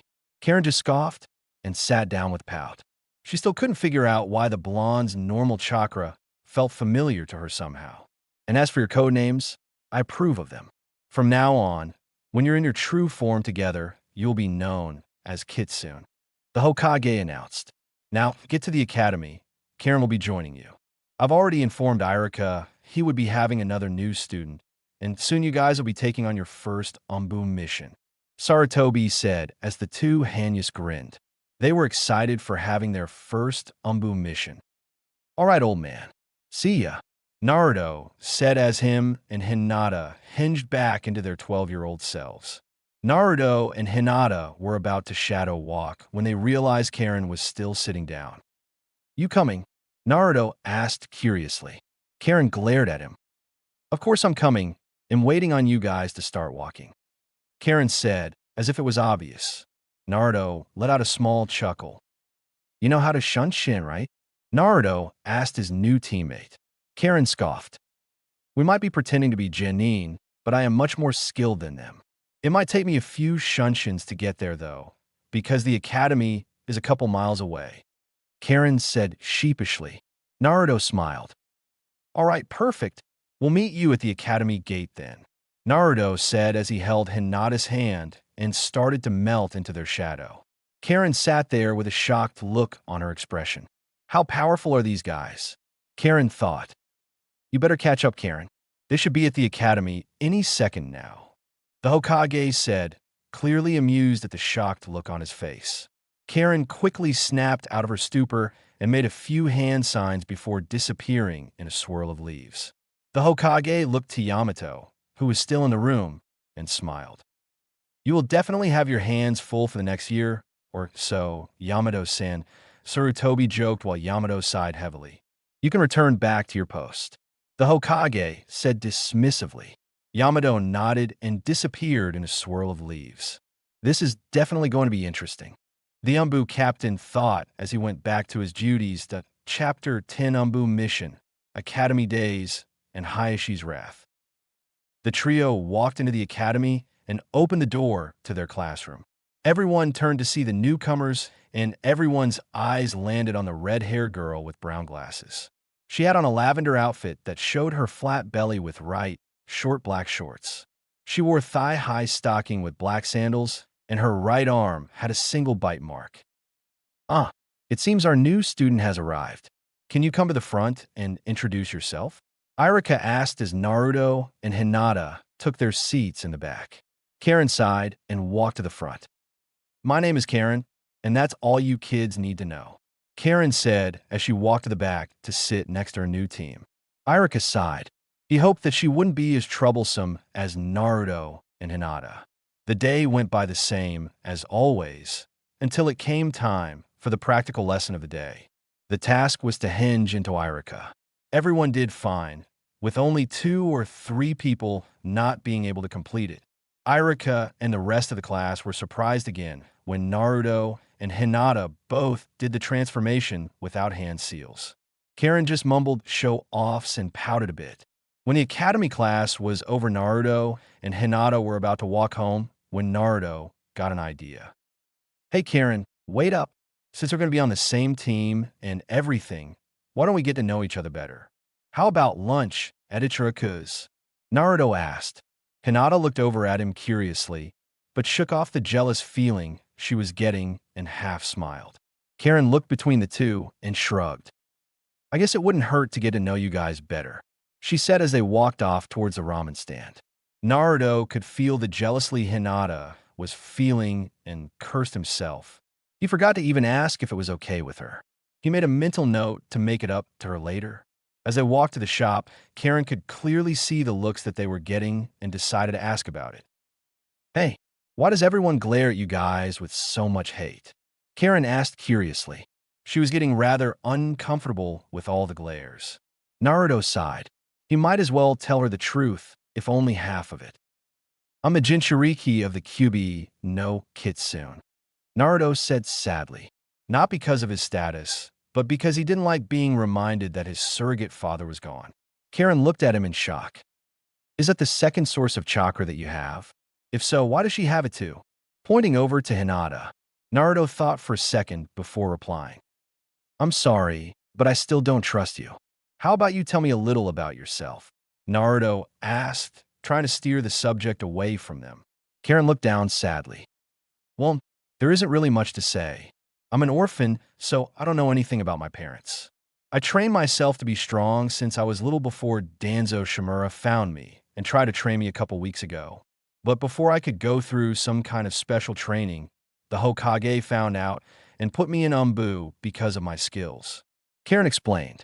Naruto couldn't help but feel sorry for the girl that was an orphan like him.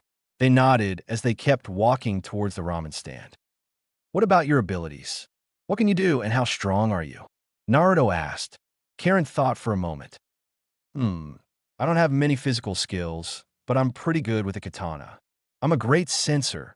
I can sense a chakra signature from miles away if I concentrated hard enough. I can also heal people." She blushed a bit when she said that, but hid it well. "That's pretty much it. Oh, and I heal really fast too. I'm more suited for support," Karen finished. Naruto and Hinata both smiled. She was a perfect support for the two. "We will definitely make a great team. Hinata-chan and I specialize in close and medium-range combat," Naruto said happily as they approached the ramen stand. Naruto greeted the 2 ramen workers for the first time in years. Ayam was happy to see Naruto again and talked for a bit while she took their orders. The 3 ate as they exchanged stories about each other until they were all finished with their meal. The trip stood up and got ready to go their separate ways. "It was nice getting to know you, Karen. We'll see you tomorrow. I need to start training," Naruto said as he and Hinata Shadow walked back to their home. Karen looked down sadly when they left. She hadn't really had friends growing up in an orphanage, and she really liked having those 2 keep her company. She sighed as she walked towards her small, broken-down apartment. It was all she could afford at the time, but never really complained. Naruto and Hinata appeared inside of the basement of their home to start their training, but before they started, Naruto grabbed Hinata and pulled her back close to his chest. You know, there is no reason to be jealous, Haim. You are my one and only true love. Naruto whispered into her ear as he rubbed her belly soothingly. Hinata sighed contently as she leaned her head back onto his chest. I know, Narukoi. I couldn't help it, though. You promise you will never leave me? Hinata asked. Naruto answered by slowly licking the mate mark that was on her neck. She moaned at the very pleasurable feeling she got whenever Naruto did that. You feel that, Haim? That's a symbol of my love for you. I will never leave your side. You are mine, and I am yours. Forever. Naruto said as he turned Hinata around and passionately kissed his mate, trying to show her how much he loved her through the kiss. Hinata happily returned the kiss, but parted a few minutes later. They had training to do. All right, Hinata, I saw two S-rank water jutsu that looked really powerful in the water jutsu section. I'm going to start practicing the Rasengan jutsu my father left me.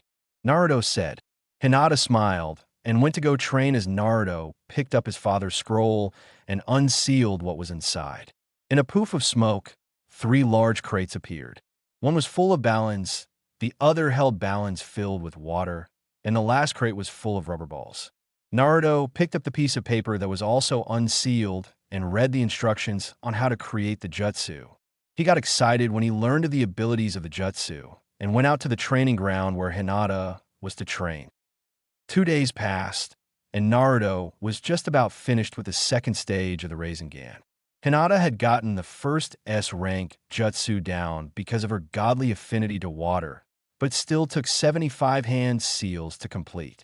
The jutsu was called Wrath of the Sea, and it made a tsunami of water that crushed the enemy. It was nearly impossible to escape because of its wide-ranged effect and the speed of the tsunami, once the hand signs were complete. The two Hanyu were on their way to the academy again when they were intercepted by their teammate, Karen. Hey guys, the Hokage wanted me to come get you both.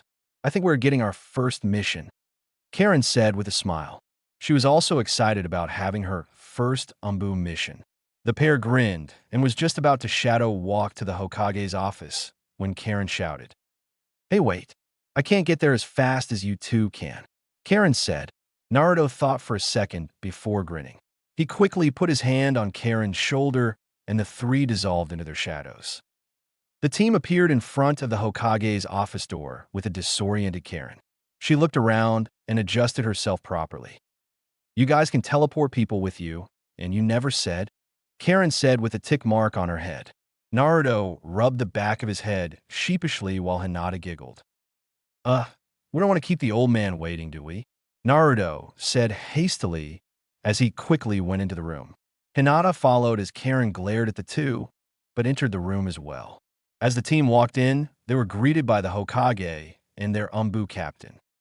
Hey old man, hello Yamato-sensei, Naruto said as Hinata and Karen greeted them as well.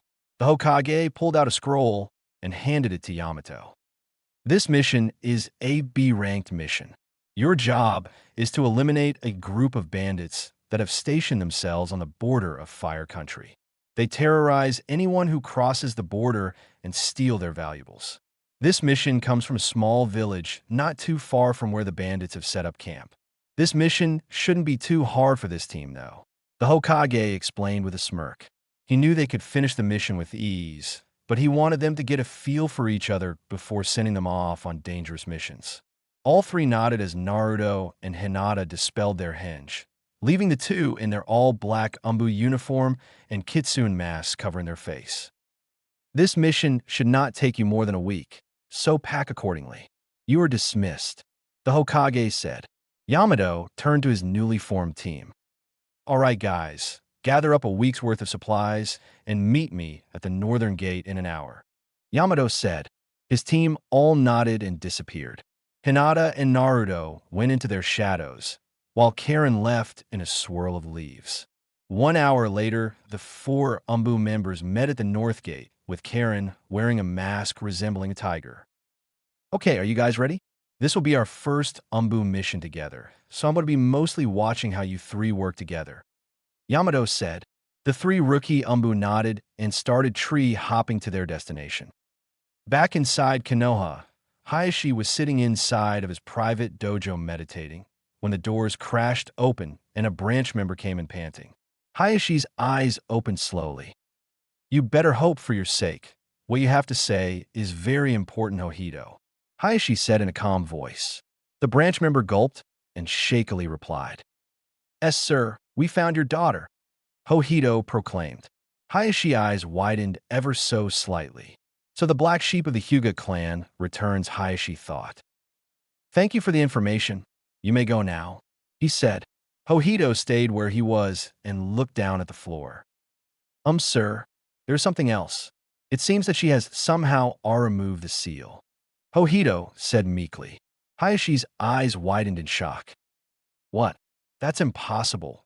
There is no way to remove our seal, Hayashi said rather loudly.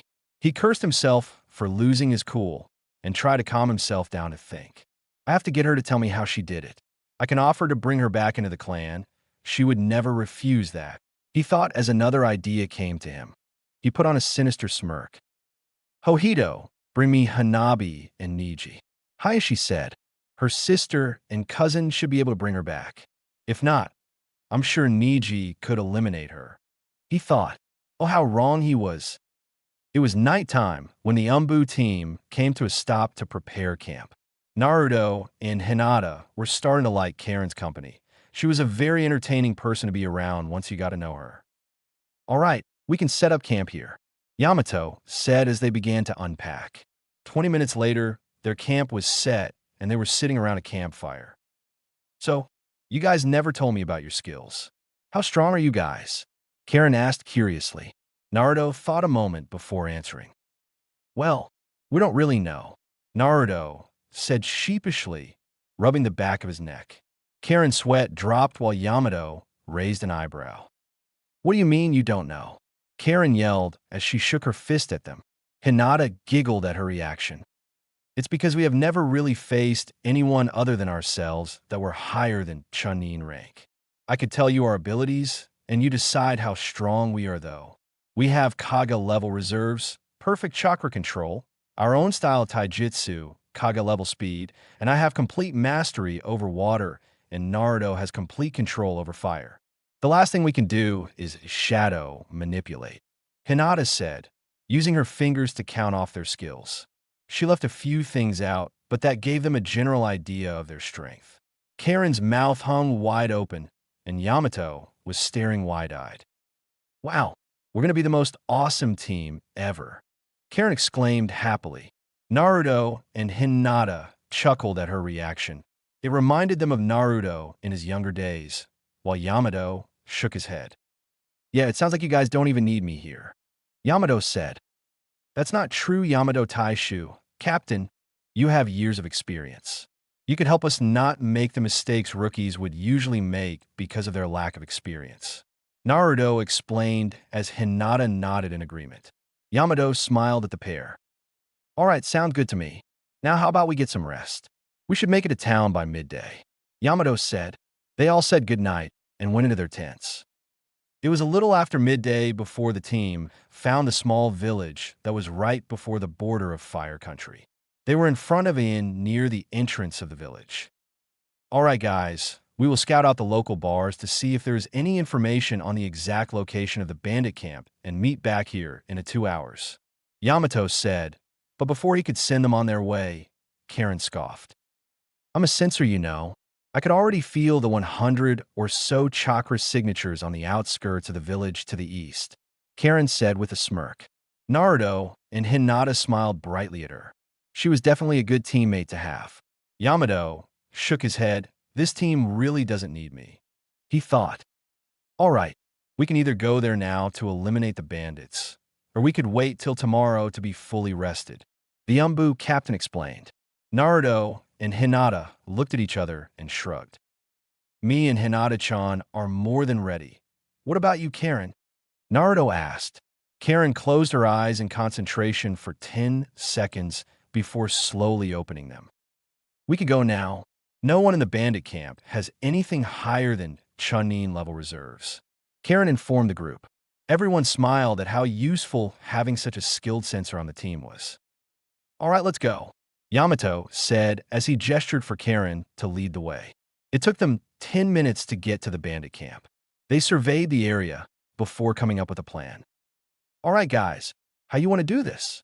The captain asked. Naruto and Hinata looked thoughtful for a minute before Naruto grinned. I got an idea, but it will waste quite a bit of me and Hinata's chakra. Naruto said he was planning on using his Yuki for this, but he didn't have to tell them that. And before we do it, I trust that none of you will speak of our abilities? Unless it is with the Hokage, of course. Naruto asked. He really wanted to try his jutsu in a real combat situation, but he didn't want everyone knowing he could do it. Karen nodded quickly. She was totally stoked to see the jutsu. Yamato nodded. As long as he could speak freely to the Hokage, he didn't mind. I won't tell anyone. You two are basically the only friends I got. So hurry up and show me, Karen said excitedly. Naruto and Hinata smiled. All right, guys, sit back and watch, Naruto said with a huge grin. He looked over to Hinata. You ready, my love? Naruto asked. Hinata smiled at him and gave him a quick but passionate kiss. Always, Hinata said, before Naruto disappeared in a flash of yellow and red. Hinata also disappeared, but in her own lavender flash. For the next few seconds, the entire bandit camp seemed to be covered in flashes of yellow, red, and lavender light. 7 seconds passed, and Naruto and Hinata appeared right where they had left, but drenched in blood. They were panting heavily and kneeled down on one knee. The bandit camp was nothing more than blood, bodies, and empty tents now. That took a bit more than I expected, Naruto said while panting pretty heavily. No kidding, Hinata gasped out. They both did not even try to hide the smiles on their face and the excitement in their voice. Karen and Yamato were currently frozen with their mouths unhinged. They couldn't believe what they just saw. What was that Titahirashin? Yamato stuttered out. Naruto couldn't help but chuckle. Nope, it's called Flash Step. It's similar to the fourth jutsu, but instead of teleporting, we move at the speed of light, Naruto said after catching his breath. Karen was speechless through the entire 10 seconds until... Can you teach me that? Karen shouted with stars in her eyes.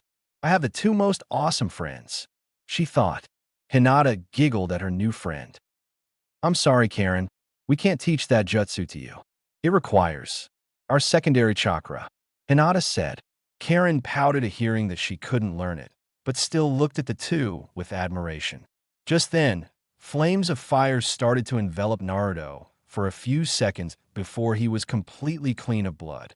Hinata was encircled by a twister of water before the water fell and sizzled away. Karen once again was impressed. You guys have to teach me some jutsu. You two are awesome, Karen exclaimed happily. She couldn't have asked for a better team. Naruto and Hinata blushed at the compliment and smiled. Thanks, Karen. So I guess our mission's over, right, Taicho? Naruto asked innocently. Yamato still were looking at the two with surprise until he heard the question. Yeah, sure, Yamato said dumbly. They were done 5 days ahead of schedule. We can leave tomorrow after we have gotten some rest. You two look pretty tired, he said. Naruto and Hinata nodded. They used almost 70% of their Yuki. I need to train my Yuki more, Naruto thought. All right, let's head back to the inn, Karen said before they made their way to the inn to get some much-needed rest. Inside of the Hyuga complex, Hanabi Hyuga was thinking about what her father had told her just a few minutes ago. To be honest with herself, she didn't believe a word of it. Hayashi told her that Hinata had done something really terrible and that she needed to be brought back to the clan. Hanabi was totally against the idea, but Niji had this sinister smirk on his face. Niji had always held a grudge towards Hinata. He blamed her for his father's death. However, Hayashi said that if she did not come willingly, they were to eliminate her. Hanabi had a shocked look on her face while tears flowed down her face. She pleaded with her father to reconsider before he slapped her across the face hard and told Hanabi to learn her place. She laid on her bed and touched her slightly stinging face. What should I do, she thought. Niji was vigorously training himself in one of the Hyuga training grounds, only having one thought on his mind. Hinata will die by my hands. Fate has decreed it, he thought. Chapter 11, Spies and the Council. Four figures were walking towards the northern gate of Konoha. Three of them were laughing and talking while the other walked behind them, smiling at their growing friendly bond.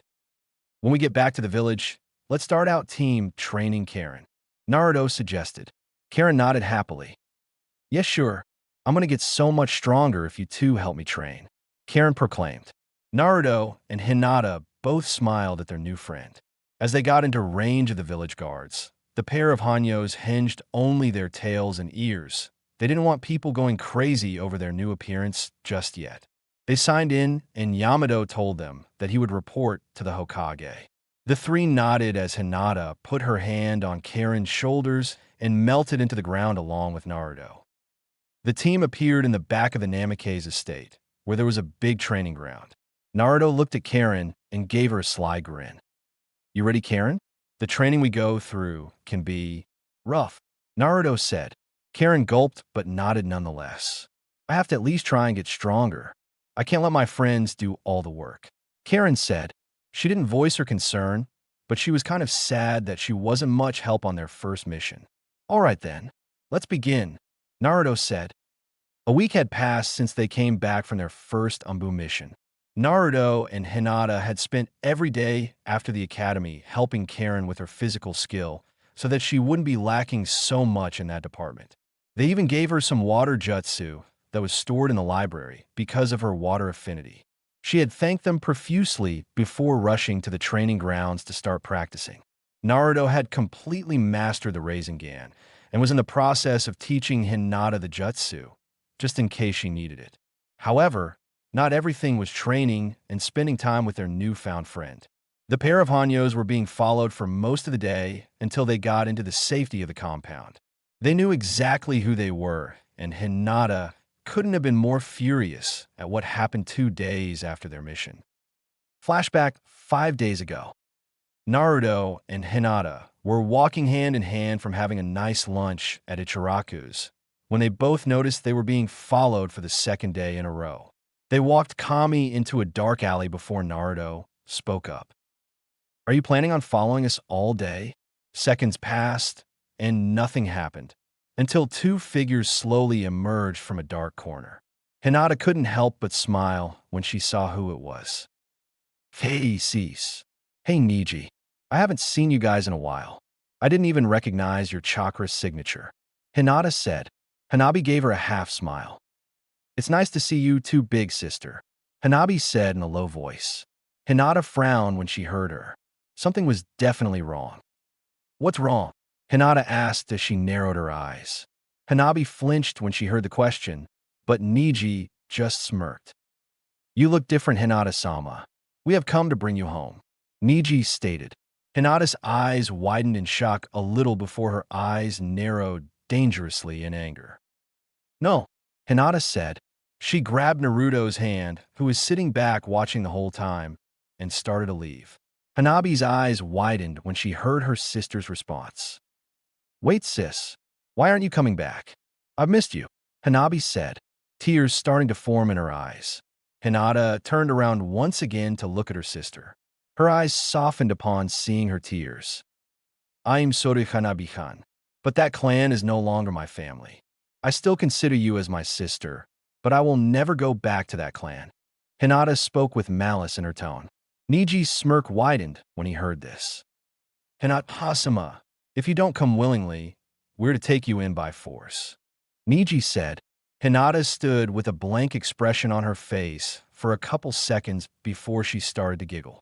Niji looked angry at her blatant disregard, while Hanabi stared at her sister with confusion.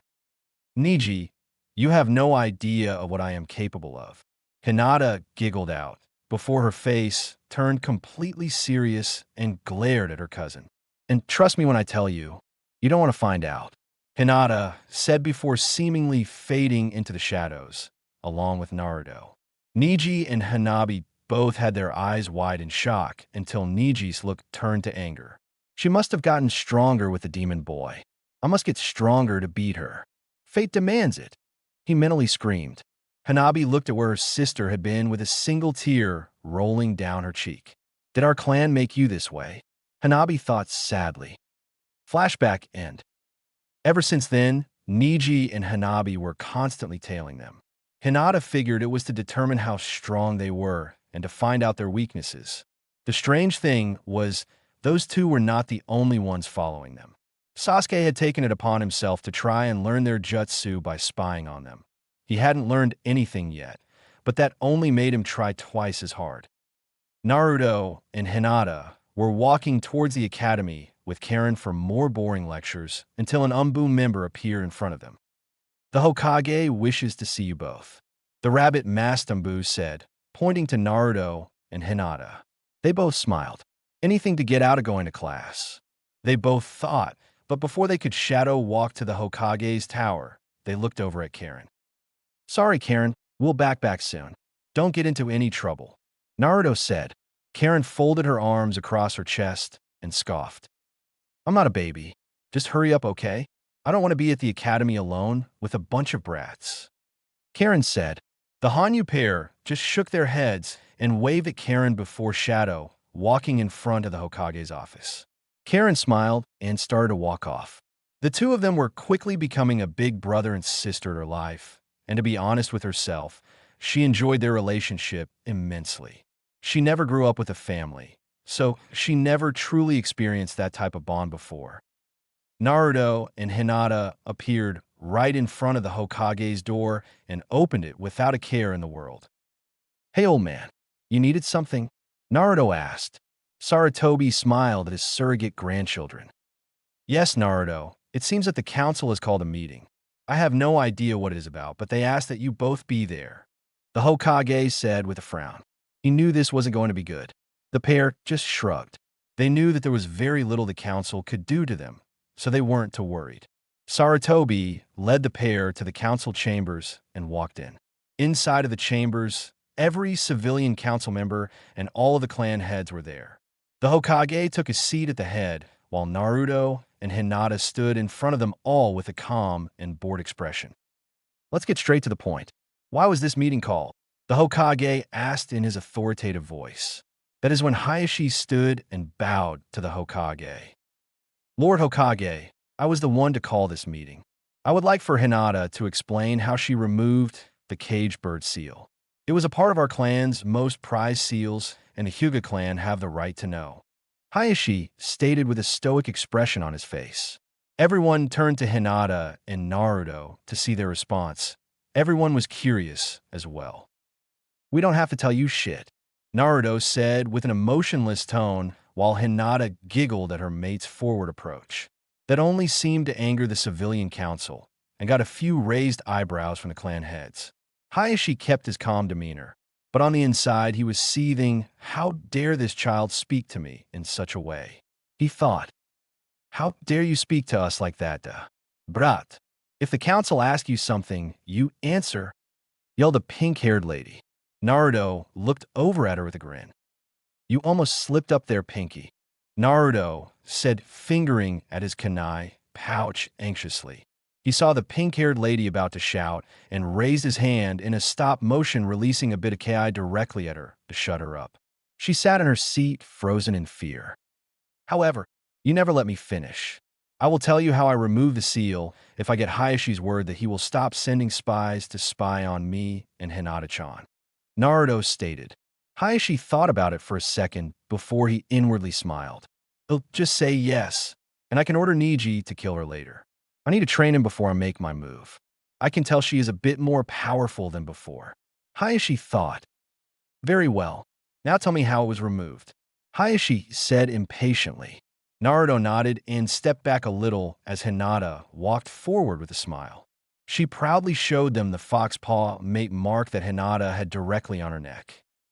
I am Naruto's mate. His mark completely destroyed the seal and set me free from the Hyuga clan, Hinata said as she turned around and kissed Naruto on the cheek. Everyone had shocked expressions on their face until one civilian councilman stood up and shouted, "The demon has tainted her. We cannot allow this Hokage-sama." The chubby council member said, never realizing the grin that Naruto and Hinata had on their face. The Hokage facepalmed. He was about to order Umbu to take this man to a Biki when, "Hey, old man, you heard that, right?" Naruto asked with that same grin on his face. Sarutobi sighed heavily. "Yes, Naruto, I heard, but I cannot allow you to kill him. He is a member of the council. He will be punished, though, I assure you," the Hokage said. Naruto and Hinata frowned at that. "You just have to ruin our fun, Hajiji," Naruto asked with a cute pout on his face while Hinata giggled at Naruto's antics. Some of the clan heads were stunned that a child was talking as if killing were something fun. Most of the clan heads made a mental note to warn their children. All of the civilian council members had already decided that Naruto was a demon and determined that he had corrupted Hinata. The Hokage shook his head and snapped his fingers. Umbu appeared around the fat council member before they shined him away. Sarutobi started to massage his temples, feeling the headache coming on. "If there is nothing else," the Hokage said, looking around. He was surprised when he saw the clan head for the Nara stand. "My name is Shikaka Nara," the Nara said with a yawn. He wore jounin attire and had two distinctive scars on the right side of his face. Oddly enough, he looked like an older version of Shikamaru. "It has come to my attention that you too possess the power to manipulate shadows," Shikaku said, getting gasps from the rest of the council. "I would like to know how this is possible." He finished. Everyone quickly turned their head to the pair. Everyone seemed extremely interested in the answer to that particular question. Naruto took a thinking pose for a minute before replying. "We could talk about that later in private. I will come by the Nara complex sometime this week," Naruto said. Some of the clan heads frowned because they were eager to know as well, but the civilian members gave him angry glares. Before anyone could say anything, though, the Hokage stood from his chair. "If there is nothing else, you're all dismissed," the Hokage said. Naruto and Hinata both nodded, and Naruto disappeared in a pillar of intense flames as Hinata vanished in a torrent of spiraling water that sprouted from the ground. Everyone stared wide-eyed. How could two children that weren't even genin yet pull off a shunshin? An elemental one at that. After the shock wore off, people started to exit the chambers. The last one to leave was Danzo Shimura, who was silent the entire time, silently observing the two. They seem to be much more powerful than they show. Well, as long as they stay loyal to Konoha, I will leave them be, Danzo thought with a smile. Naruto and Hinata both made their way to the academy, smiling. "You handled that pretty well, my love," Hinata said as she held Naruto's hand. He just smiled and kissed her cheek.